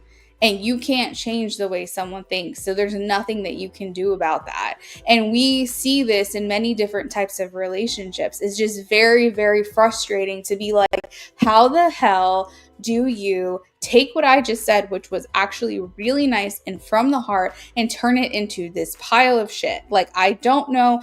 You are so talented. You are so good at that. Like, it must be extremely frustrating for you. But the thing is that if this is how she sees you, this is how she's going to receive it. And the thing is that someone else can tell her the exact same thing. And I feel like I'm having deja vu. I feel like I've told you this before. But if someone else says the exact same thing to her, she hears them. You could be like, oh, Patty, I really like red on you. I really like that color on you. And then she'll snap back with like, yeah, well, you know what? You talk shit about the green dress that I wore. So, you know, I would hope that red would be better. And then someone else will be like, I really like red on you, Patty. And then she'll be like, oh my God, thank you. That's so nice. Like, that is it. That is what it is. It's like you trigger the fuck out of her. And I don't really like know how to deal with someone like that. I don't know how you, I don't know. But this is like her feelings towards you, is that you're fraudulent, you're a schemer, you don't tell the truth, like your true colors have finally come out. You know, you've come clean and really shown who you truly are. Like, it's like you said, no matter what you do, you are always going to be the bad guy. Always. Just like if you say one thing to her and she takes it negatively, and someone else says the exact same words and she takes it positively, for you, it'll be the same way. You can say something to Patty and she takes it negatively. You can say the exact same thing to someone else and they'll take it positively. It has nothing to do with you. It has to do with how someone else is going to process the information that you are providing. And it's a very restrictive, frustrating place to feel misunderstood, because there's nothing you can do to change that person's mind, unfortunately. You said it's crazy you've only ever supported her. Where am I? Oh, been supportive of her and told her she could be whatever she wanted, never put pressure on her to change. You always loved and accepted her no matter what. Exactly what I said. She created a narrative of who I am, my intentions, and was only going to see it that way. Yes, yes, and yes. It was so crazy the effort she put into twisting everything I did to be negative. No matter what, I was always going to be the bad guy. And I think, you know what, if you ever talk to her again, I think that's a really good way to word that. I think you need to be able to say to her and be like, I'm never going to be able to see, I'm never going to be able to convince you to see me how I feel like I am and how I want to be and how I want to come across to you. It's feels like no matter what I do, I'm always going to be the bad guy to you, and I give up. I give up. And it doesn't have to be like a 17-page novel. It can literally just be like 3 sentences. I give up. Because I just, you can't do anything but hope that she changes. And what are you going to do? Waste your time in the meantime? If someone's a negative person, they just want to be around negative people. They just want to think negative thoughts and complain and be negative. And for whatever reason, she thinks that you are the negative one. And that's what they say, when what you think about, you bring about. Because James, maybe you're not a very negative person. Maybe you feel actually that you're extremely positive every single day. Maybe you feel like you're an extremely positive person. But if she's a negative person, then she's going to only view you as a negative person, even though that's not the truth. You know, they say there's 2 sides to the story and the truth in the middle. That's what I feel. And that's why it's so important to redirect your thoughts and like be very conscious and aware of what you think about yourself, because you will change your entire reality. And it's very evident, and that's what she's doing right now. She's changing the reality of your connection because of the way that she's thinking. Hey sisters, it was all game to her. You conceded. It was just never game to me. Aw.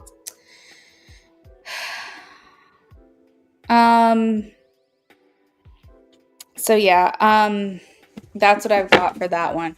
Let's take a look at What does the romantic future look like? Hey, sisters. All right. So, sisters, really quickly, I just want to let you know that our free list is closed. However, tomorrow, on Christmas Eve, I will be live at 5 p.m. my time. I don't know what time that is for you. I don't. But 5 p.m. Eastern Standard Time, you can figure that out what time that will be from where you are. We are going to do free yes no questions, and we are doing a giveaway as well if you're interested.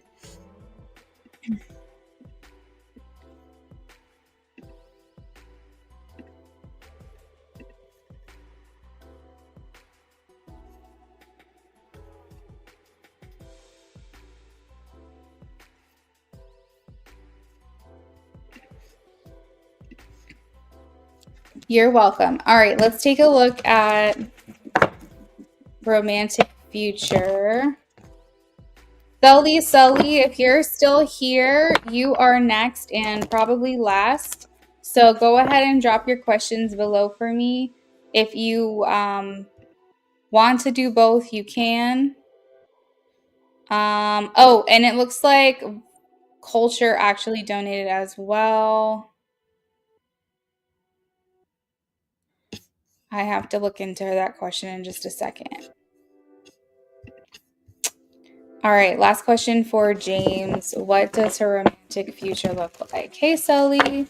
Go ahead and get your question on deck. If you want to wait to post it, that's fine. But just make sure you've got it ready because I'm going to be with you very soon. All right. What does Patty's romantic future look like? What does Patty's romantic future look like?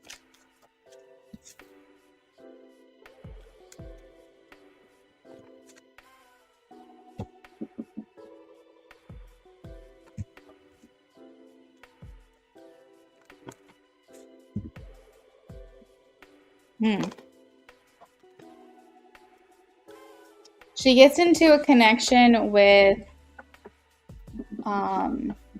what looks like to be someone who is very devious.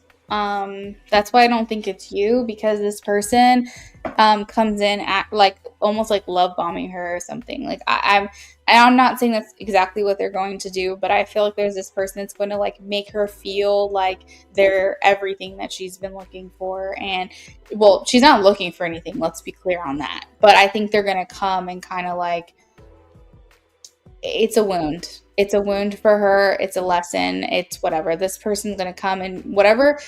See, that's the thing, is that if you don't learn these lessons on your own, the universe, like as she said, I surrender only to the universe, is going to send her someone that's going to bring that to the focus, bring that to the forefront. So if she's unwilling, let's just say she's unwilling to heal some part of herself, maybe okay, let's say she's very insecure and she has low self-esteem.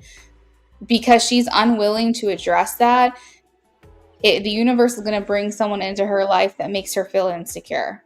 That's going to make her feel worthless because she's unwilling to confront that wound. It's going to come in a physical manifestation. Okay. So I think this person's going to come in. This person's going to make her feel like they're really mature and they have a lot going for them and whatever. And she's going to go, okay, let's see what this is about. And I think immediately there's going to be a shift. I think this person is going to flip on her. And I think that she's then going to continue to build a block. See, the main thing that I'm getting is that her conscious is not kicking in yet. She still is not wanting to like work on herself. And so I feel like she really needs to meet somebody who's really just going to break her heart. And that's sad to say, but the thing is that the universe gives you every opportunity to learn your lessons without it being the hard way. And if she doesn't want to, then it's going to be the hard way for her. And I feel like she just didn't have enough of a, like, if she wasn't in love with you enough, like, I'm sorry to say, she just wasn't in love with you enough for this to break her heart the way that it needed to. And so someone else, I feel, is going to come in for her, and they are going to probably wreck her. They're probably going to hurt her, ruin her life, whatever. And this is someone who lies, someone who is continuously letting her down, very devious, focusing on self-promotion, very, very selfish. Everything that she said that you were, it's actually going to happen. And I think that she's going to give this person a shot, because in the beginning it's going to seem like, okay, this isn't so scary. He seems like a good enough dude, or this person, whoever, maybe it's a woman, I don't know. But whoever this person is seems like a good enough person. I'm going to explore it. I'm going to see what it's all about. And then there's malice and hypocrisy and suspicion and like just very problematic connection, because this person is only concerned with their own feelings. And I think she's also going to serve as a lesson for them too, because there's going to be certain aspects of her that he needs to confront about himself. And I just feel like there's a lot of deceit. I mean, when I look at this, I look at lies, deceit, trickery, cheating, underhanded behavior, like secrecy, hypocrisy, suspicion, problems, deviousness. Like, I mean, this is ridiculous. This is going to be a very toxic relationship. If it's even a relationship, it might be a situationship, but this does not feel very good.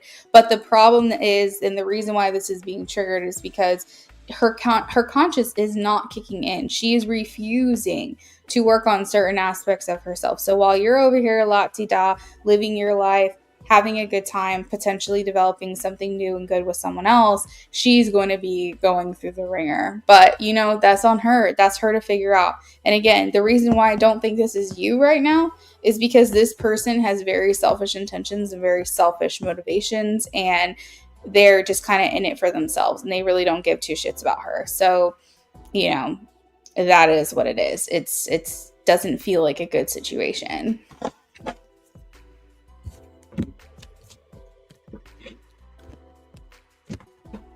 That feels like the next connection that's coming in, by the way. She's so stubborn being in her masculine energy.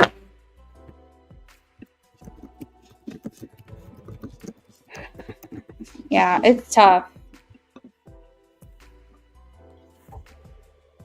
That's too much, James. Like, I'm so sorry. I just couldn't deal with someone like that. It's too much. I think about my relationship that I have now, and I compare it to all of the people that I wasted time on, and I'm like, dear God. Now, I do feel like all those connections were leading me to him, and maybe that I wasted so much time on these other people so that my person could come in at the exact right time for me. Because maybe if I got over these connections a lot sooner, maybe I wouldn't have been available or ready when this, you know, he was supposed to come in the perfect timing or whatever. You know, I sit there and think that everything happened for a reason, and that I appreciate him so much more, and I am who I am in this connection because of everything that's happened up until this point.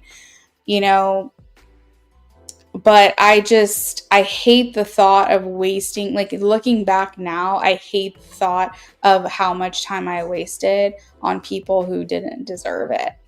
And I just could never stomach doing that, thinking about doing that ever again.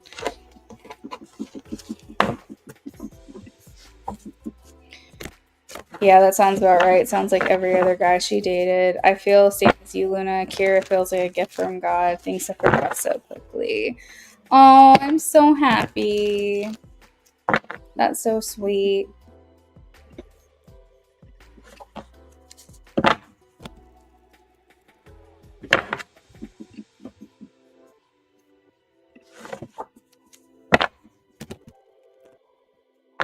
Thank you, James.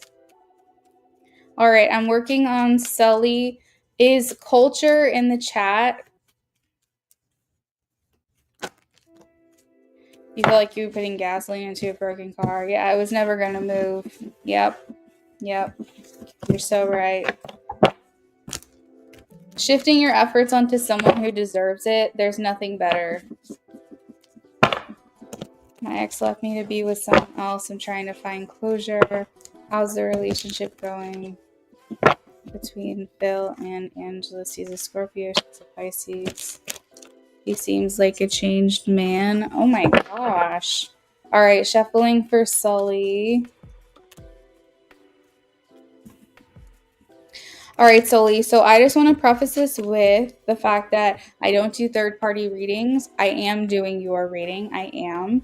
And the reason I'm doing it for you is because this affects you. This connection with this other person has affected you. You need to find closure. You need to understand how to move forward. And this is a very thought provoking, like, soul searching type of reading. And I love doing readings like that. So I am going to do this for you. However, moving forward, if you ever are like, I want to look at this person and this person or whatever, and they're like, it has nothing to do with you, like you're just being nosy, I don't do readings like that. But I will do third party readings if it affects you and this is clearly affecting you. Don't worry. Don't worry about apologizing. I just want to say that or put that disclaimer out there, because if ever you do come to me and you're like, I want to do this and that, whatever, third party reading, and I say I can't do that for you, I don't want you to be like, but wait, she did that for me before. So that's the only reason I'm saying that. But this is important. This is something that you need to hear. I need to pull cards on this to help you understand how you should move forward. And like, my goal is to provide you clarity. And clearly this person came in and affected you and disrupted you and your relationship with this person. And so this is not quote unquote spying, quote unquote third party. This is essentially like helping you understand what's to come from this. So let's pull some cards and see how they're doing.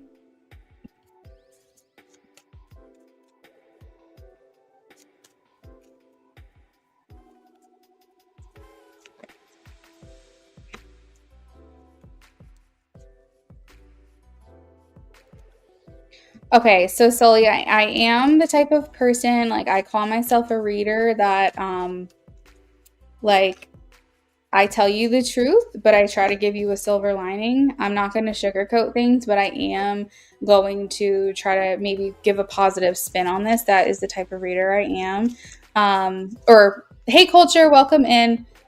You guys have like the same color icon, and I'm getting you guys confused. So this is for Sully. Culture, I'll be with you after Sully, okay? So this is for Sully. All right, so Sully. How's the relationship going between them? Okay, I do think that this connection is going well. I do. I think that they're doing really well. It feels like I feel like he just couldn't let this person go for whatever reason. When you guys were together, he came into this connection with this person and he just was holding on to them, and he felt like he couldn't not explore this connection with them. And I think that unfortunately he was willing to risk you in the process. There was a part of him that wondered if he should wait a little bit longer to try to figure it out. But he honestly should have come to you. He should have been honest. He should have said, hey, I'm developing feelings for someone else, and like, I need to break free from this, or I need to break up with you, or I need to whatever. Like, I think he should have been straight up honest with you, or if he really cared, then he should have said, but I want to give this relationship a chance, and I want to just like atone for like my wrongdoings or whatever. But it seems like he had too strong of feelings for this other person, and he definitely went from a very like not good situation with you, because I see him with you as like the Seven of Swords: deceit, lies, trickery, cheating, underhanded, dishonest behavior. And then how he's showing up for her is the King of Cups: someone honest, someone truthful, someone who has deep feelings, someone who is mature. Like, he's coming across as a completely different person, and that is how he is showing up for the connection. So you are not wrong. He is seeming like a changed man. I do know that Scorpio, Pisces, water signs get on really well with each other. I'm not sure what your sign is. It doesn't really matter, but I would say that maybe even like they feel like they get on even better, or really, really well. He shouldn't have done that. He shouldn't have lied and said it was a friend. Here's the thing. So you guys are all water signs. That's interesting. I don't know why I had a feeling you were going to tell me that. But yeah, I feel like him just dragging you along is absolutely unfair. It was a very selfish reason he did this, because he wanted to be absolutely sure this is what he wanted. As far as his connection with Angelus, She's making him feel, to be honest with you, Sully, I think they might get married. I really do. I think they might end up just having a whole family together. Um, he's showing up as the emperor. Like, I feel like she's looking at him as her husband, and he's showing up as like a husband. Um,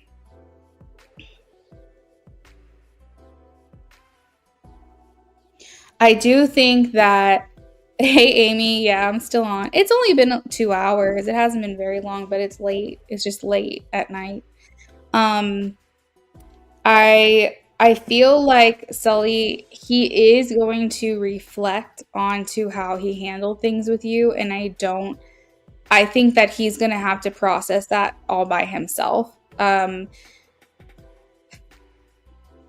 I think that her and him are going to go the distance, though. I really do. Um, I could be wrong, but I don't think I am. Um, I think that he's going to have to atone for his sins on his own, and he's going to have to forgive himself for how he handled things with you on his own. But I don't think there's going to be an opportunity for him to ever come to you and tell you that he shouldn't have handled things the way that he did or ever apologize. I think he's just going to go the rest of his life thinking that you hate him, to be honest. Yeah, I truth be told think that, because there's certain people who, like, when they leave another relationship, especially one they've had for a long time, for someone else, they feel a sense of shame about it, and they feel like they have to prove to the world that they left their partner for a reason. And sometimes those people will just stay in those relationships to say, hey, I'm not a bad guy. This was just my soulmate. And it just makes an excuse for them to not feel like pieces of shit for doing what they did. Um, and prove to themselves that they did it for the right reason.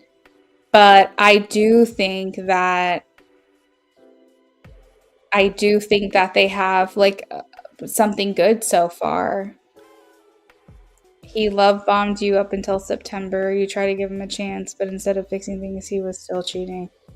Sully, I'm sorry. All I can say is you lose them how you got them.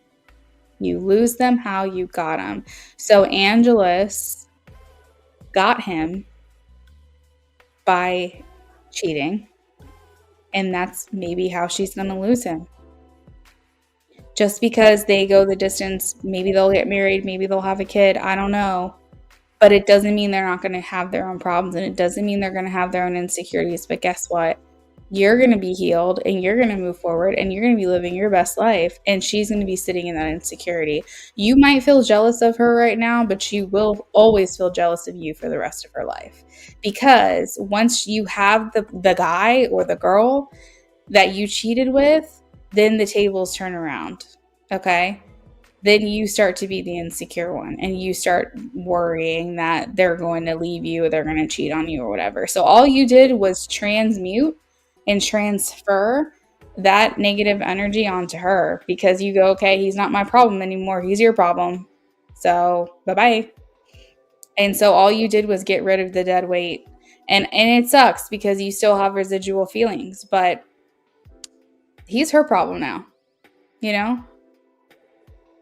Amy, some people are too ashamed to admit their faults. We did say the same thing. He got into the next relationship within a month. Some people will jump ship like that, honestly. And Sully, if someone cheats on you, I am so, so, so sorry to say, but I do not believe in forgiveness. I do not believe, if someone cheats on you, I do not believe in getting back together with them. The only time I would ever not feel that way is if someone was married and they were coming to me saying, should I try to work this out? I would say, if you feel you should, and I would never judge them for that. I don't judge anybody, but I would never waste my fucking time on someone if I wasn't married to them. Like, I'm sorry. If you're just in a relationship and they cheat on you, bye-bye. You have no ties to them. You didn't make any dedications or vows to them. You don't have financial ties. You don't have like familial ties. You have literally no connection to them. If they cheat on you, get good riddance. Like, I just don't. You have no kids together, right? Like, I mean, there's no reason to try to work this out with this person. I'm so sorry to say.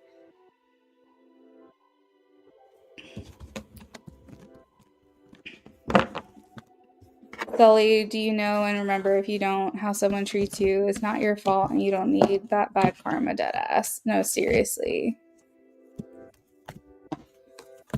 You're sad he would get better for someone else. Yeah, that's the thing. If he's getting better for someone else, then he is for someone else. You can't lose what wasn't yours, right, Sully? You cannot lose what wasn't yours in the first place. Because if it was yours, you'd still have it. And I don't ever want to hear you say that it makes you feel like you weren't enough, because that is not the case. You just weren't his person. He wasn't your person. There was a better alignment somewhere else for him. And he could have done this the mature, healthy, right way. He could have said, I'm not feeling this anymore, Sully, which I don't know if that's your name or not, but he could have said, I'm feeling like I need to walk away from this. And he could have not had like some kind of emotional affair on the side.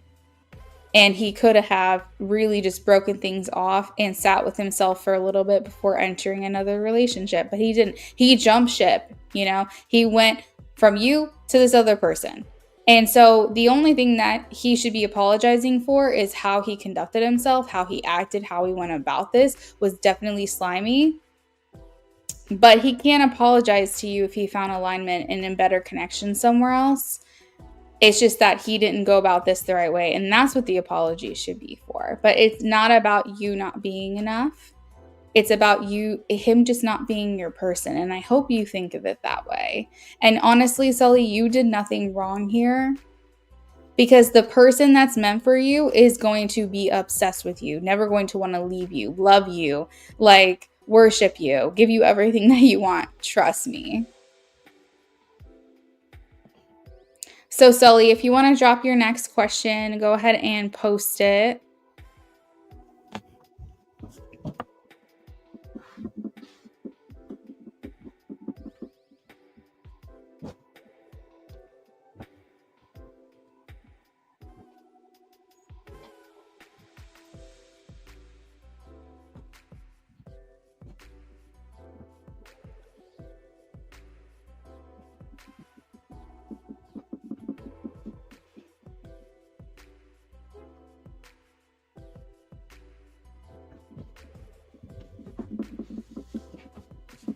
As cliche as it is, the right person wouldn't have you question your worth. You would actually feel calm, not anxious, when it comes to meeting a healthy, steady connection. That's so true, Amy. Look at you, Amy. That's so true. You feel calm. You'll feel at home. All of that. You'll never feel anxious.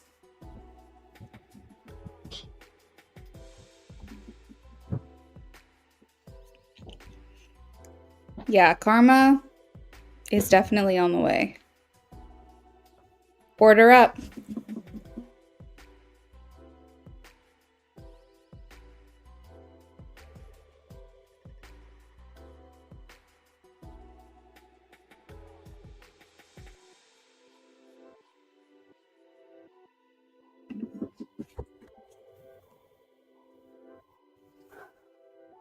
Yeah, that's definitely true. Your feelings are valid, Sully. Like, however it is you're feeling for however long you're feeling it is absolutely valid. But what I don't want for you is to dwell in this longer than you need to, because there's a lot of logic behind what we're saying.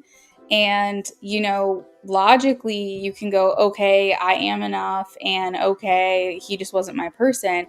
But emotionally, you still have feelings for this person. You still care for this or love this person. And so, like, at some point your logic and your emotions will sync up, they will balance, and you will be able to move on from this. But for now, process it, because as Amy said, if you don't do that, if you don't feel through your feelings, you're just going to push the heartbreak further and further along, and you're going to procrastinate your own healing, which you don't want to do either.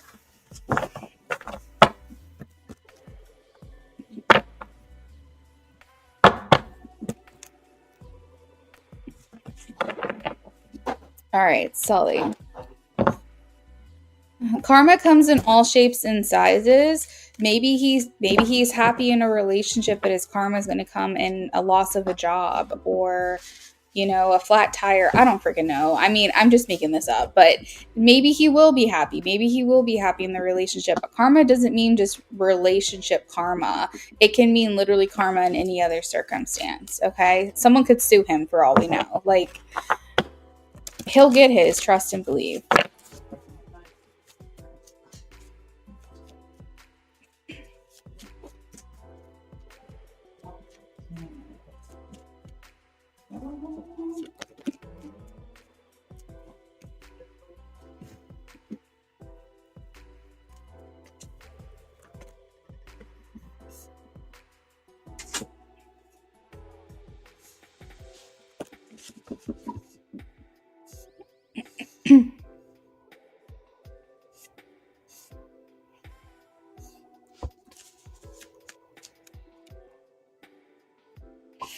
All right, how does Philip think and feel about Philly now?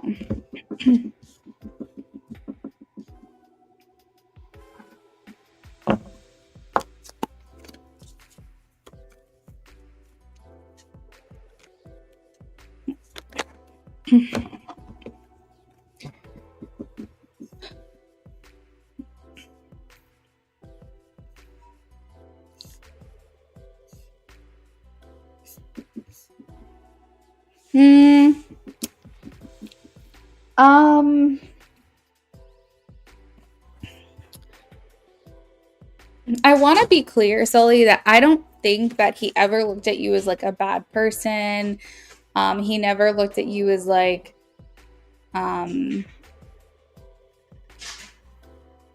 there's not a lot of negative feelings that he would associate with you. We'll put it that way. I do think that he felt that when he thinks of you, or when he thinks of your relationship, he felt like trapped, or he felt stuck in some way. He didn't feel like he was getting all of the feelings that he should have in a relationship with someone. I don't know if that's how it always was, because I think that could change too depending on how long you guys were together. But I think that he felt something was missing. Something just wasn't quite right. It wasn't necessarily bad. And I think that when he was treating you a certain way, or you said that there were certain times where he wouldn't treat you well, I think that was his own way of dealing with these feelings that he had, and maybe his own way of pushing you away, because maybe he felt like he got himself into something that he's not quite sure if that's what he wanted. So I don't think that he looked at you as like negative or bad, and I do think he overall cares about your well-being. The problem is he cared more about his own over you. So he was always going to do what felt right to him, whether it was selfish or self-centered or self-promoting or whatever. He cared more about his feelings than he cared about yours, and that's the bottom line, unfortunately. I don't think he looks at you as like a negative person, I don't think he looks at you in a negative light, as in like you're a bad person. But I do think that in order to justify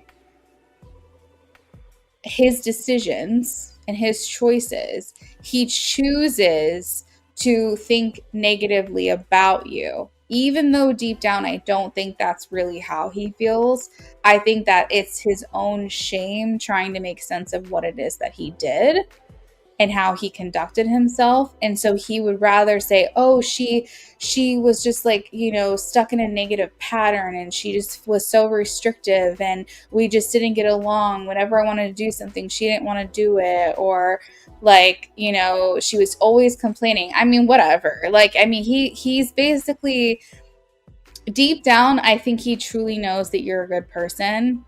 But I think that to make him feel better about what he did, to justify things or excuse his behavior, he chooses to think of you as something that was holding him back, something that wasn't adding up to what he wanted for himself, someone who put a lot of restrictions onto him, someone that made him feel trapped or made him feel like this connection wasn't growing or going anywhere. It felt more like friendship to him, is what he probably would say, than a relationship. It didn't feel, for him, he's saying, I didn't feel like it was inspiring me. Like, I didn't feel passion for her. It felt more like we were friends or teammates or coworkers or roommates, like I feel like for him, he's just trying to justify his decision. So when he thinks about you and he feels for you, he tries to put out of his mind that at one point he was into you. He tries to forget that at one point there was attraction and at one point there was feelings here for you. I think he just tries to put that out of his mind because, number one, it didn't last. And number two, it's a way to excuse his behavior. People love bomb because they want to be able to assert some type of authority over someone. They want someone to fall for them. It's an ego trip. And then once you fall for them, they know that they can stop giving you as much as they were before, because now that you've caught feelings, you'll continue to allow access to them. So there's a lot of people who will make you feel like they're really into you in the beginning, and then you let your guard down, you start to develop feelings for them, and then they pull away. It's an ego trip. It's a power trip. It's a way for them to feel like they have you on the line. And to be completely honest with you, I think a lot of the times when love bombing happens, they believe what they're saying. I truly think so. I think that they just, sometimes it could be malicious. Sometimes it can be a lack of self-awareness, and sometimes it can be very intentional. But I think that when he said these things to you, I think he felt those things, to be honest. I just don't think he's aware enough about his own intentions. And I think subconsciously he was egging you on. I think subconsciously he was trying to, I guess, like, manifest feelings out of you for him so that way he could feel more secure in himself. That's essentially what love bombing does. So we're not going to sit here and make excuses for him. I'm not going to tell you everything was all in your head. I'm not going to tell you that, he never had feelings for you or he never meant what he said, because I don't think that's true. But I do think as of right now, he chooses to paint you in a bad light because that makes him feel better about what he did.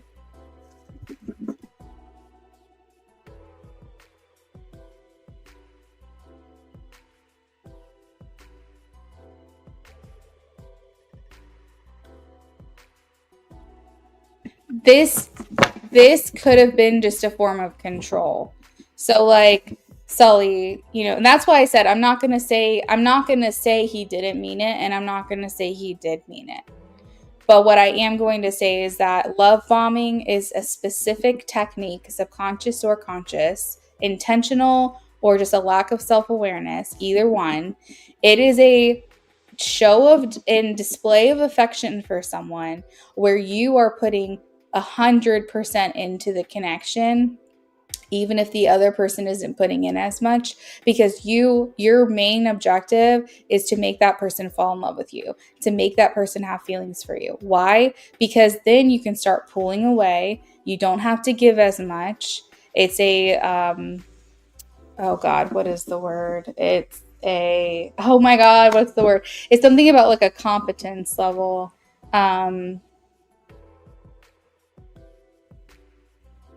Oh my God. It's specifically like an expression, and it's escaping me. It's like when people talk about like, like a competence abuse. Like it's not that specific term, but it's basically like when you are trying to make another person think that you don't have the ability to do more than you actually can.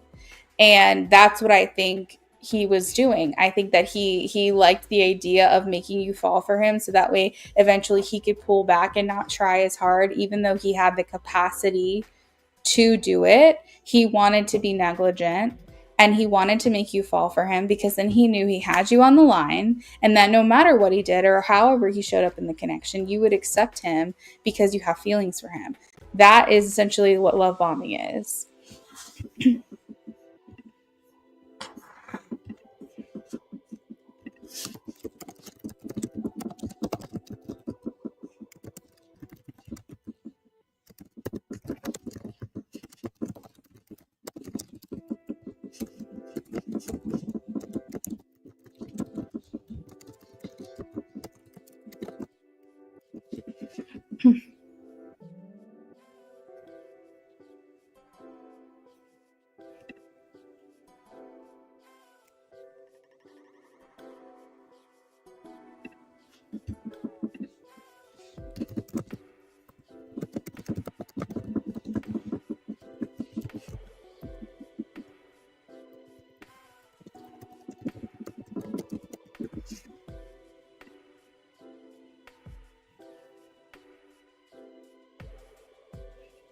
Mm-hmm.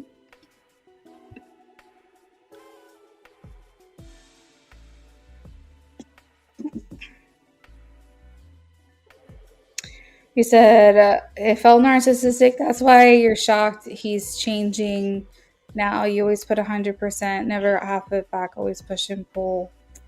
Sully, I'm so sorry. All I can say is that you never know what it is from the outside. You only know what they allow you to see.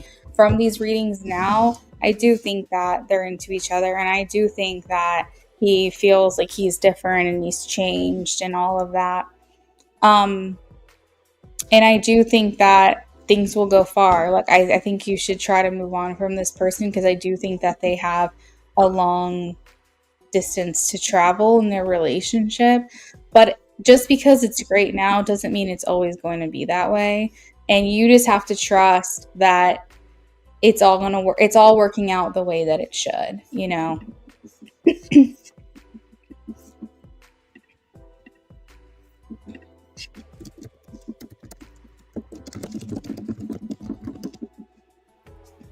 Amy, you donated? Okay, I got you.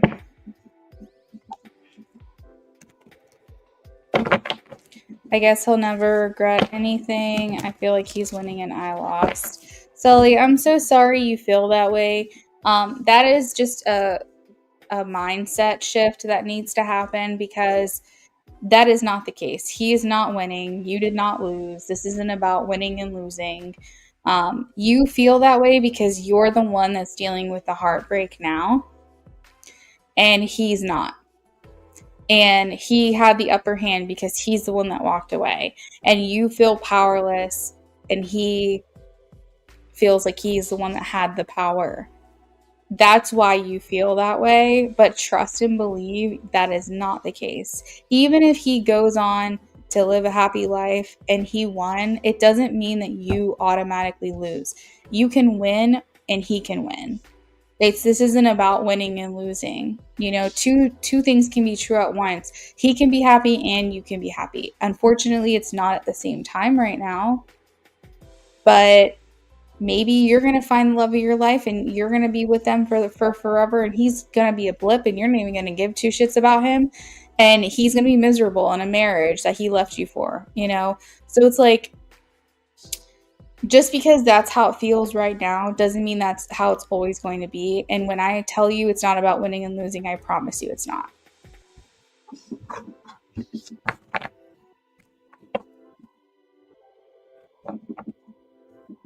You're welcome, Sully.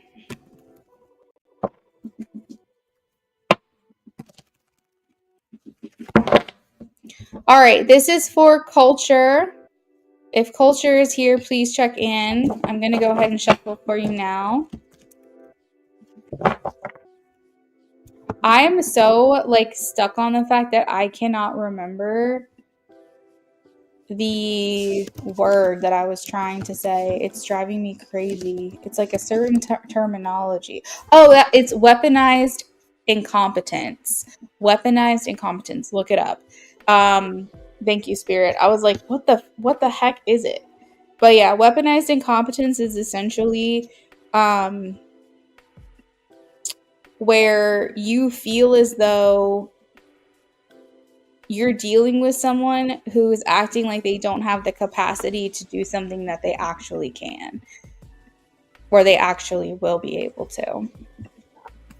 And so you accept the lesser love. You accept what they do because you have feelings for them. So you just allow them to keep weaponizing this against you because you've caught feelings. Or maybe they act like they don't know how to do the laundry, so they never do the laundry. But instead of learning how to do it and figuring it out to make your life easier, they just make you do it because they say, oh, I was never taught, I don't know how. Or even worse, they'll do a bad job so that you'll just do it for them instead of trying to learn the right way.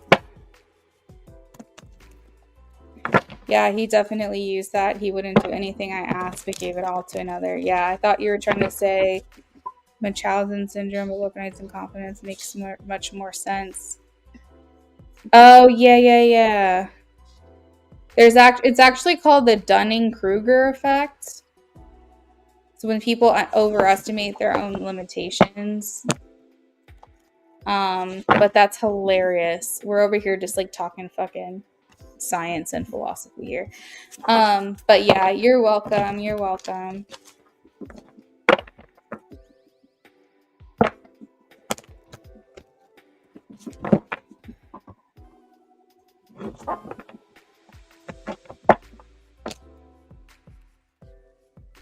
All right, Culture, we're shuffling for you now.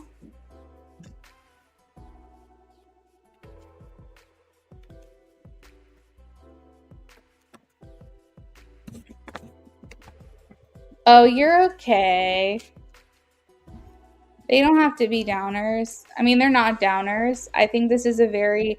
Look, first of all, Culture, you ask the best questions. I just want to throw it out there. Like, I love the questions you ask. You make me excited to be a tarot reader. So don't even stress about it. Like, every question I've ever had from you has been fun. And the thing is you don't ask like the same things over and over again either, which is a lot of fun for me.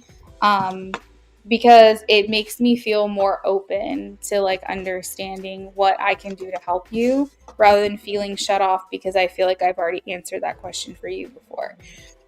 All right, what went wrong?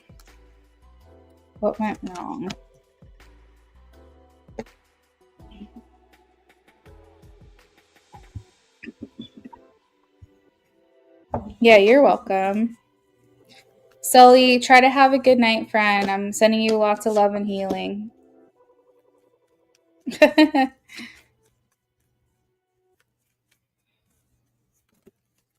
You know, I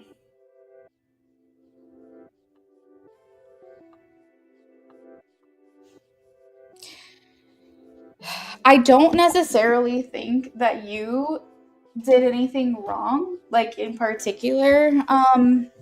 Culture, I feel like the person you're asking about was honestly just like very unclear about what they wanted, what they needed. And I think unfortunately they figured that out after connecting with you. Because I see after the connection with you, then this person decided, oh, now is a good time to do some soul searching. Now is the time to figure out what it is that I want. And I think, unfortunately, dragged you along for that. They should have figured this out beforehand, before connecting with you, before, investing in you. They should have tried to figure out what it is they were looking for. But I think that's what happens with dating, is that you don't know what you want. You don't know what you're looking for. It's the experience and all of that. And I think that's the thing, is that I feel like he came to these conclusions like after the fact. I'm not necessarily putting my finger on specific things that you did. I just think he was thinking to himself, while he was with you, this isn't exactly what I'm looking for. And like, I need to be free. I need to find it somewhere else. I need to take more time to soul search. And I think there was always this conflict of what to do in your connection, because I think that deep down, your person that you're asking about knew intuitively that this wasn't working, something wasn't driving, but I think wasn't maybe ready to admit it, because I think that, yeah, I think that they just, I don't know, maybe just didn't feel courageous enough to. I don't really know. I think also there was a lot of aspects of you and parts of yourself that this person could tell, like where you were headed, where your mindset was, what you were looking for. You might be, I don't know, you might be a very vocal person that's like, this is what I'm looking for, this is what I want, and you just have this like goal or this mission or this mindset of what it is you want. And maybe they just were like, this is not what, I can't give this to them. I can't give this to, culture. So maybe there was just something here which, like, I'm just hearing out of alignment. I'm just hearing like you guys just weren't looking for necessarily the same things. And I think that it would have been a challenge to continue it. And I think that's why this person just kind of backed off from you, because they were like, I don't think we want the same thing. I don't think we're looking for the same thing. And it's like, I feel like your person was like, I don't think I can make her happy, or culture. If you're not, I can't remember if you told me that you're a guy or a girl. I'm so sorry.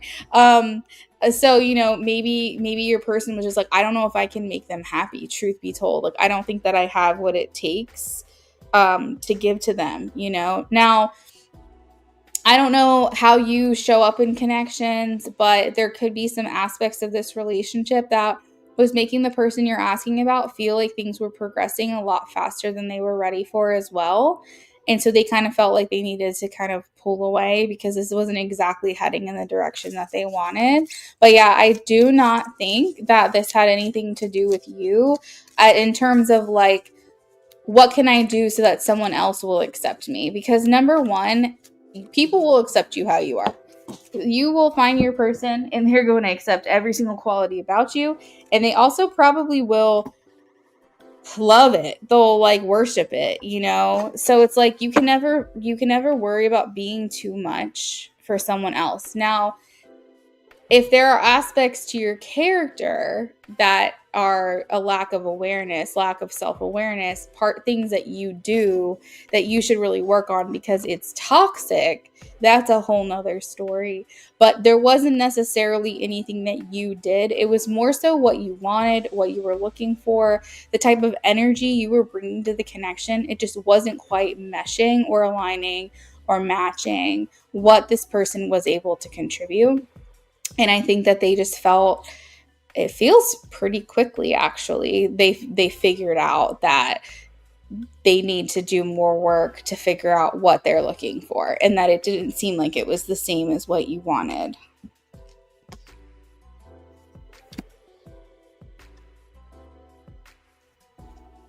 Hey, Ray.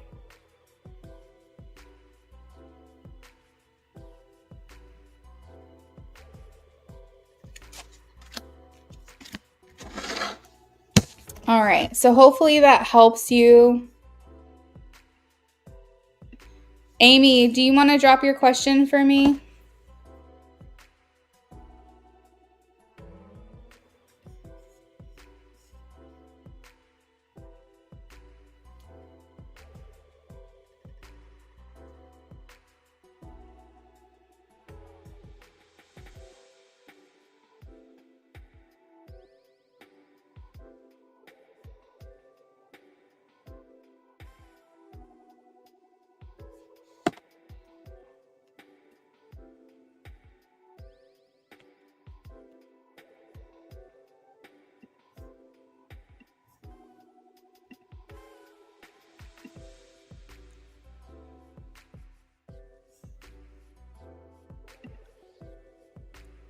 Ray, yes, that's fine. Go ahead and drop your question.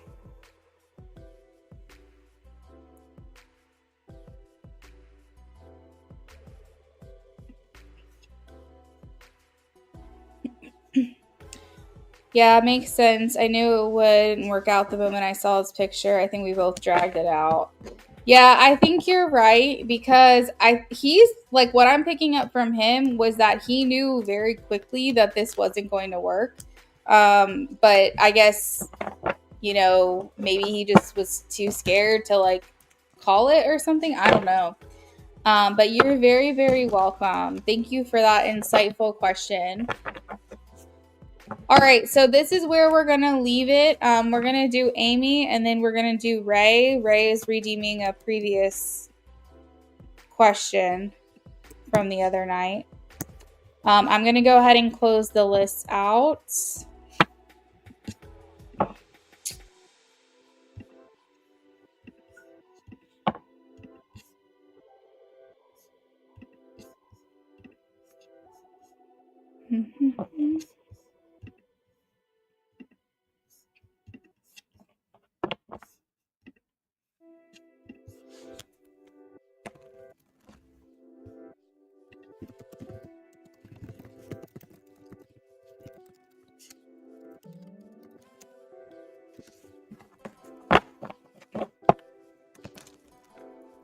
Caller side, what was going through Eli's mind feelings whenever he lay next to me in bed or rest next to me?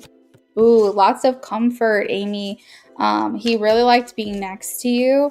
Something tells me that sleeping is a time where he felt very, very lonely, and I think he liked the idea of having you near him. He may have even been like a cuddler or like liked like having his arms around you or cuddling at certain points before or during sleep. Like I feel like he just really liked having you there. He just felt like a lot of like comfort and happiness, and I feel like it just overall maybe like really eased his own like mental health as well, because like he might have suffered from like I feel like he slept better. Like that's kind of what I'm getting, is that he got a deeper better sleep knowing you were there, because maybe like he would have like anxiety, like insomnia, like restless nights, something along those lines, but like having you there really helped ease his mind. I'm also getting like an interesting message that he had like better dreams too when you were there, and I think that was just his subconscious mind like seeping into the fact that he feels comfort with you around. So like when you guys would lay in bed or be in bed together, he'd fall asleep near you. It's like he could always sleep around you. Like that's the thing I'm getting, is that he fell asleep very quickly around you, and he could fall into like a deep sleep really, really fast because he felt safe. Like there was just this comfort around you that he was feeling at that time. And like he slept better, he had better dreams, he just overall felt much more positive, and it was just almost like his whole entire body could just relax. And I think that because when you weren't around, he feels very, very lonely. Like he felt like all the weight was on his shoulders, all he could think, his mind would race, he just would overthink, and like it would keep him up at night. He tried to distract himself too, I think sometimes with like, I don't know, I'm kind of getting like TV, maybe books. I don't know. I'm getting like he tried, like, even though he liked to just fall asleep with like no distractions, I think it was very hard for him to do that. So he would have preferred to have some kind of like background noise going or something like that. But I think with you, it's just like easily you could fall asleep. You just had such like a comforting presence. Ray, I got your question. You had such a comforting presence about you that I just felt like he was just like, this is everything. What did he think about her specifically? What did he think about her specifically? What did he think about her specifically?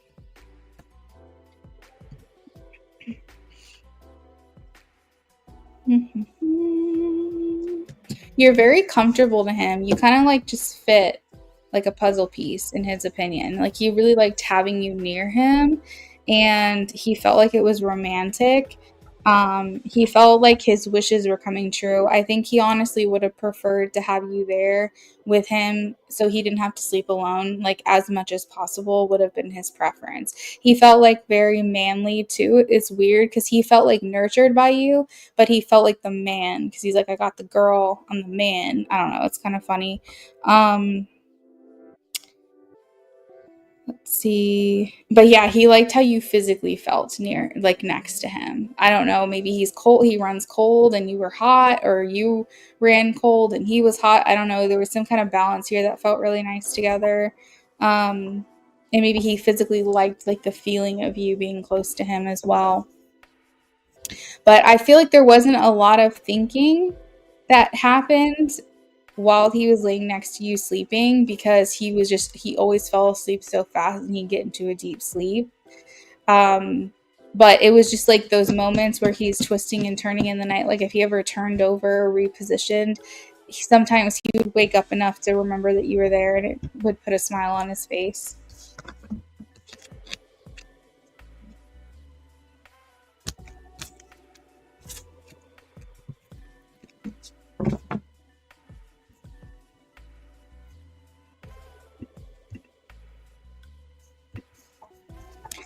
Amy, did you want to add on, or does that answer your question?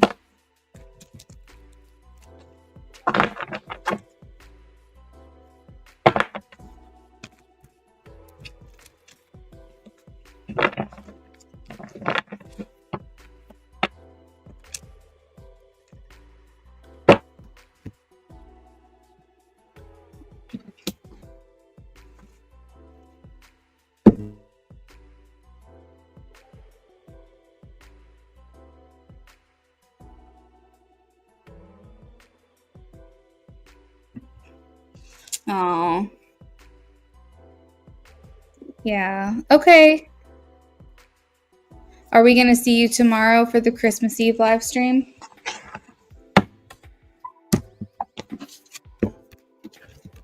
Ray, I'm shuffling for you.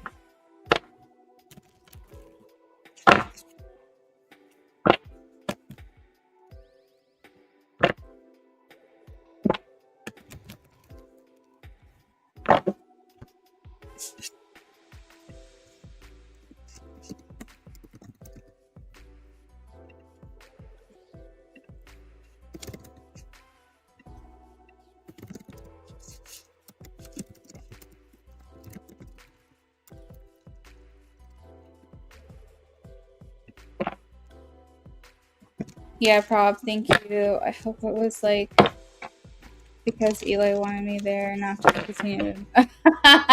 No. I think it was he desired you specifically. No, because when I was tapping into the energy, it was something about you. Okay, so I don't want you to think like, oh, he just wanted someone there. You finished all your wrapping? I did too on Saturday night. I was wrapping for 6 hours. I had one more gift that came in the next day, so I've got to get that wrapped. I'll probably do that tonight. And then I'll be all done. I loved your wrapping paper that you got. Where did you get your wrapping paper from?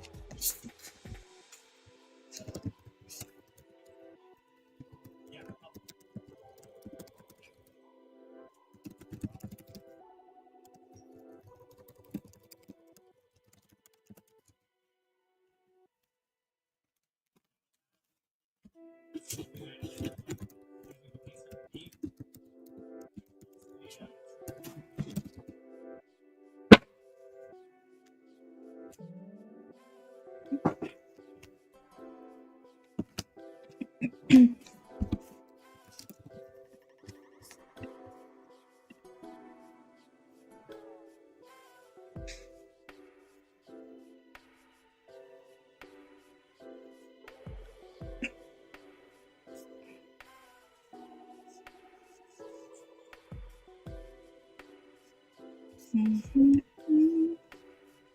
Oh, nice. Because I got to get more next year, so I was just curious.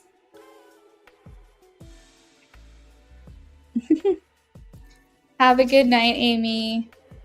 All right, Ray. You have the High Priestess in reverse, the Ace of Swords, the Knight of Swords in reverse, the Seven of Pentacles, and the Fool. The main thing that I feel very called to say, Ray, is I think this, thank you, Amy. I think this has a lot to do with just timing, period. I think it has to do with gestation. Like it has to do with your maturing, your person maturing. Maybe you're ready for your person, but maybe they're not ready for you. I truly think this is just all about proper timing. I don't necessarily think that there's this like over veil or whatever of like a reason specifically why you're not getting what you're looking for. You may be putting in all the work and the person that you are supposed to be with just isn't quite ready. Maybe they're still in a relationship right now. So we just have to remember that the universe is conspiring to work with us, to support us, to be on our side, to have our back, and that sometimes it's just those things that are going on behind the scenes. It's not necessarily anything that you can do. But with that being said, I do have some little notes here. I have the High Priestess in reverse. So this is indicating to me that you may not have like a fully clear or inability. No, I don't like that. It's just like a lack of clarity or something, like in regards to your own intuition, how you feel, what you're looking for. Like you may be struggling with self-doubt. You may be feeling like limited beliefs, like you're never going to find your person. You may be spending too much time on the wrong people because you're not listening to your intuition, not paying attention to the subtle signs or guidance from the universe. Like there could be that might be hard for you or prevent you from recognizing or connecting with your person when they do appear. So I feel like one of the tangible tools that I can give to you, and by the way, I'm so sorry that if there's a loud noise in the background, it's my microwave. Um, One of the tangible tools I can say is just to get more comfortable with your intuition.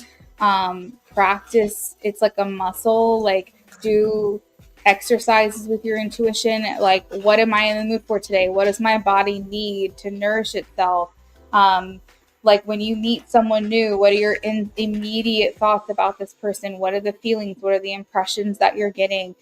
Getting really clear with like the type of person that you're looking for. So when they do come, it'll be like blaringly obvious that this is your person. Do you get what I mean? Let me know if you have any questions about that. Um, I just think that it's going to be really important for you to get very clear for what it is that you're looking for, and being as specific as you possibly can, which I might have already told you, and you might already have like a list. But if I haven't mentioned that to you before, that's going to be really important. I will say that this works.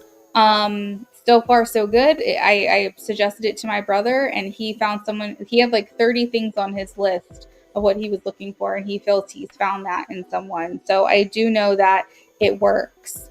Um, Timing is a big thing here, right? We have the Seven of Pentacles, and we also have the Knight of Swords in reverse, which indicates to me that this message can't be rushed. Your person can't come in faster than they should be, because in order for you to be the person and for them to be the person, for you guys to work out and live happily ever after, there's certain things that have to come up initially. Oh, I'm glad to hear that. I'm glad that you made that list. Have you gone back to it recently? Have you revised it at all? Take a look at it again, because you may need to change some things or tweak some things if you haven't already, because as you grow and as you evolve, you might be looking for something different. But essentially, the overall thing is the timing. They're saying that you might be doing all of the right things, but your person might still have some loose ends to tie up. You know what I mean? And they're basically saying the Knight of Swords is very impulsive, very blunt, very quick, very like coming in fast, and it's in reverse. So it indicates to me this is a situation that honestly cannot be rushed. It's something that's going to just, it's timing. It's timing is a factor. Like it's hard to say, because what I have here, I don't have a lot of like oh, Ray is doing this wrong, or she's doing that wrong, or she needs to do this better, or whatever. It indicates to me, it feels like really truly is just timing. It's an issue, and maybe just working on your intuition a little bit more would be good. For whatever reason they're saying that. I think that there's a lot of like external factors at play that aren't necessarily yours. Like you have no control, like they're out of your control.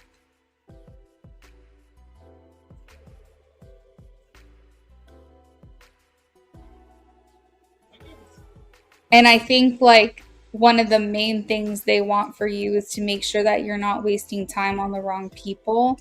That basically like you want your intuition to be so good that when someone is coming through for you, you instantly know like this is for me or this isn't for me. I should pursue this or I shouldn't pursue this. They don't want you to waste time on anyone that like you don't feel intuitively is right for you.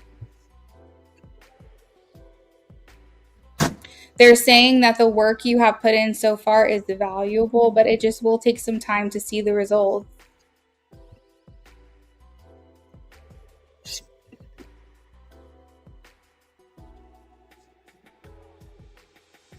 I think you will eventually meet the person that you're looking for, and I don't necessarily even I wouldn't even call this a delay. I think that's just this is just how it's working out for your best and highest good.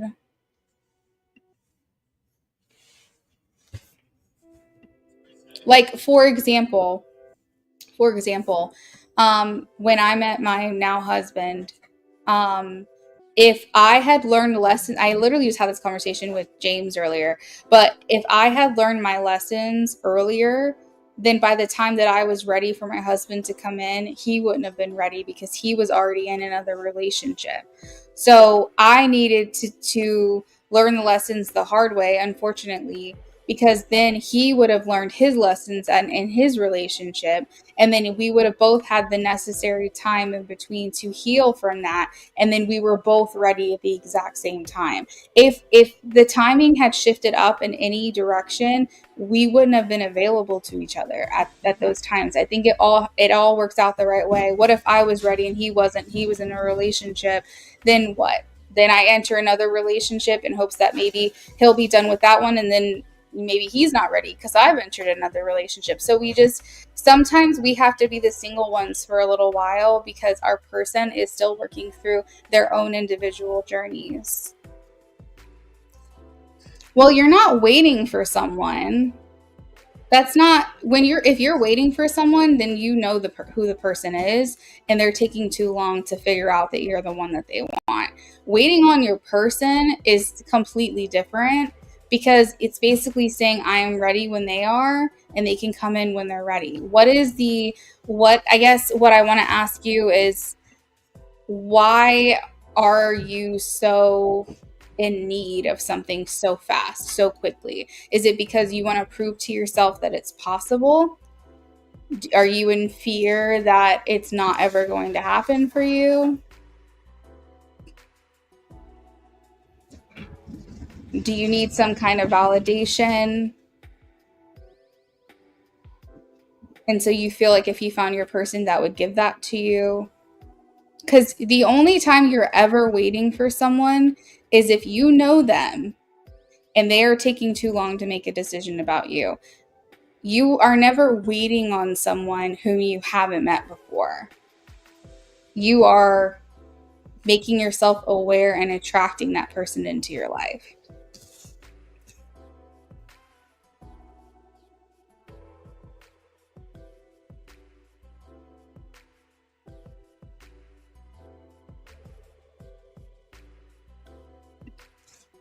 Ray, how old are you?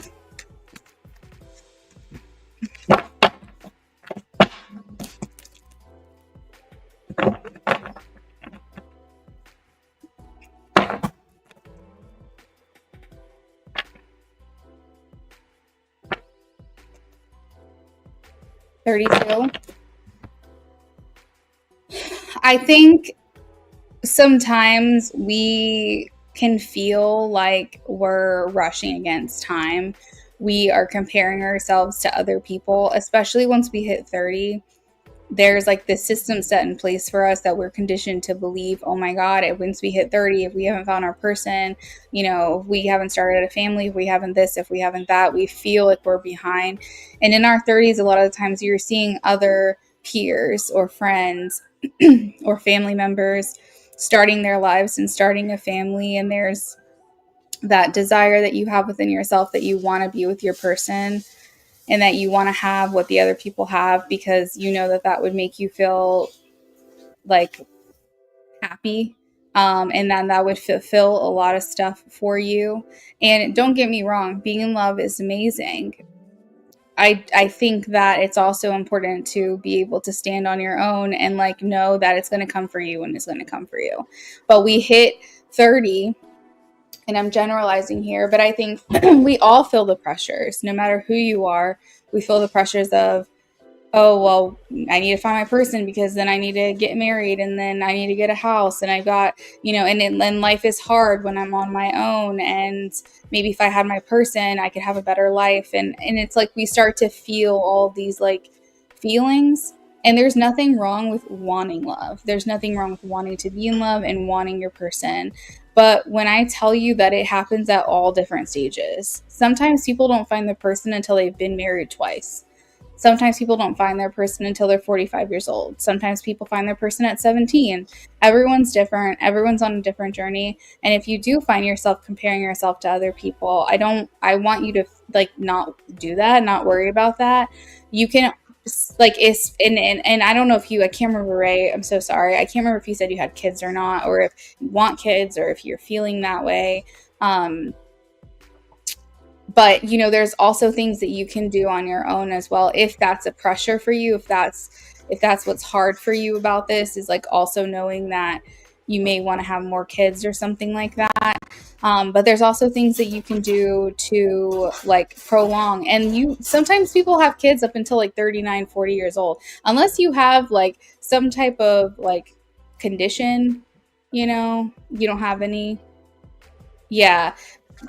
Yes, they do say, well, if you want to have kids, you need to start thinking about it. And I know that there's that pressure there, but I've seen people have kids in their 40s. Freaking Kourtney Kardashian just had a kid and she's like in her 40s. So I feel like it's definitely possible. I understand not wanting to have them too late. I understand wanting to still be on the younger side when you have them, wanting to be a decent age when they're an adult and when they're having kids. You don't want to be like 80 years old. I totally get that. But I also want you to know that everything's happening for you exactly the way that it should. And I don't want you to feel super, super stressed about that. Because unless you have like some type of underlying health condition or something that might make it a little bit harder, more challenging for you to have a baby. I've seen people who found the love of their life at 37, married by 38, having a baby at 39. Like it is going to happen the way that it's supposed to. And I just don't want you to stress yourself out. The reason why I'm saying this is because when we put ourselves in a negative, limited, more desperate state of mind, it does make things harder to come to us. So just think as openly, positively, and as attracting and magnetic as you possibly can, in order for you to not feel like you're constantly telling the universe that you don't have this thing, because the universe is just going to confirm what you believe. So if you say, I don't want to wait, I'm never going to find the love of my life, I'm going to be too old to have kids, the universe is going to go, yep, you're right. You're never going to have these things. It's going to take too long. Da, da, da, da. The universe is here to confirm your beliefs. So if you think to yourself, I'm young enough to find the love of my life, I will find them soon, I will get married soon, I will have children soon. If you confirm those things with the universe, then that's what they're going to show you more of. So just be mindful of your thought process is all I'm saying. And try not to be too attached to the outcome, and try not to put a timeline on yourself, because as they say, you make plans and God laughs. So I think you really just have to try to stay as open as you possibly can. Don't put this pressure on yourself to have things done by a certain time. That would be my advice. You never know. This person can walk into your life in 6 months. This person, you could be engaged by the end of next year. So much can happen in such a short amount of time. And you're 3 years behind me and I still haven't had a kid. So, you're 3 years behind me. Like, you've got time. Trust me, you've got time. All right, Ray. So that's what I've got for you, friend. I'm going to go ahead and sign off for the night. It's been over 3 hours, so I do have to get going. But thank you for coming back in. I'll be on tomorrow at 5. I'm going to have an early live stream tomorrow evening. We are doing a Christmas Eve live stream, and I'm doing a giveaway. And I'm also doing free Yes No readings at that point as well. So if you want to come back in and get some free reads and maybe a chance for a free reading, feel free. And I'm also doing pre-orders now. So as long as you're sending donations and putting it for Christmas Eve in the notes, you can go ahead and send over a pre-order. But I hope you have a good night, Ray, and maybe we'll see you tomorrow or later this week. And if I don't see you, have a good Christmas. Bye, everyone.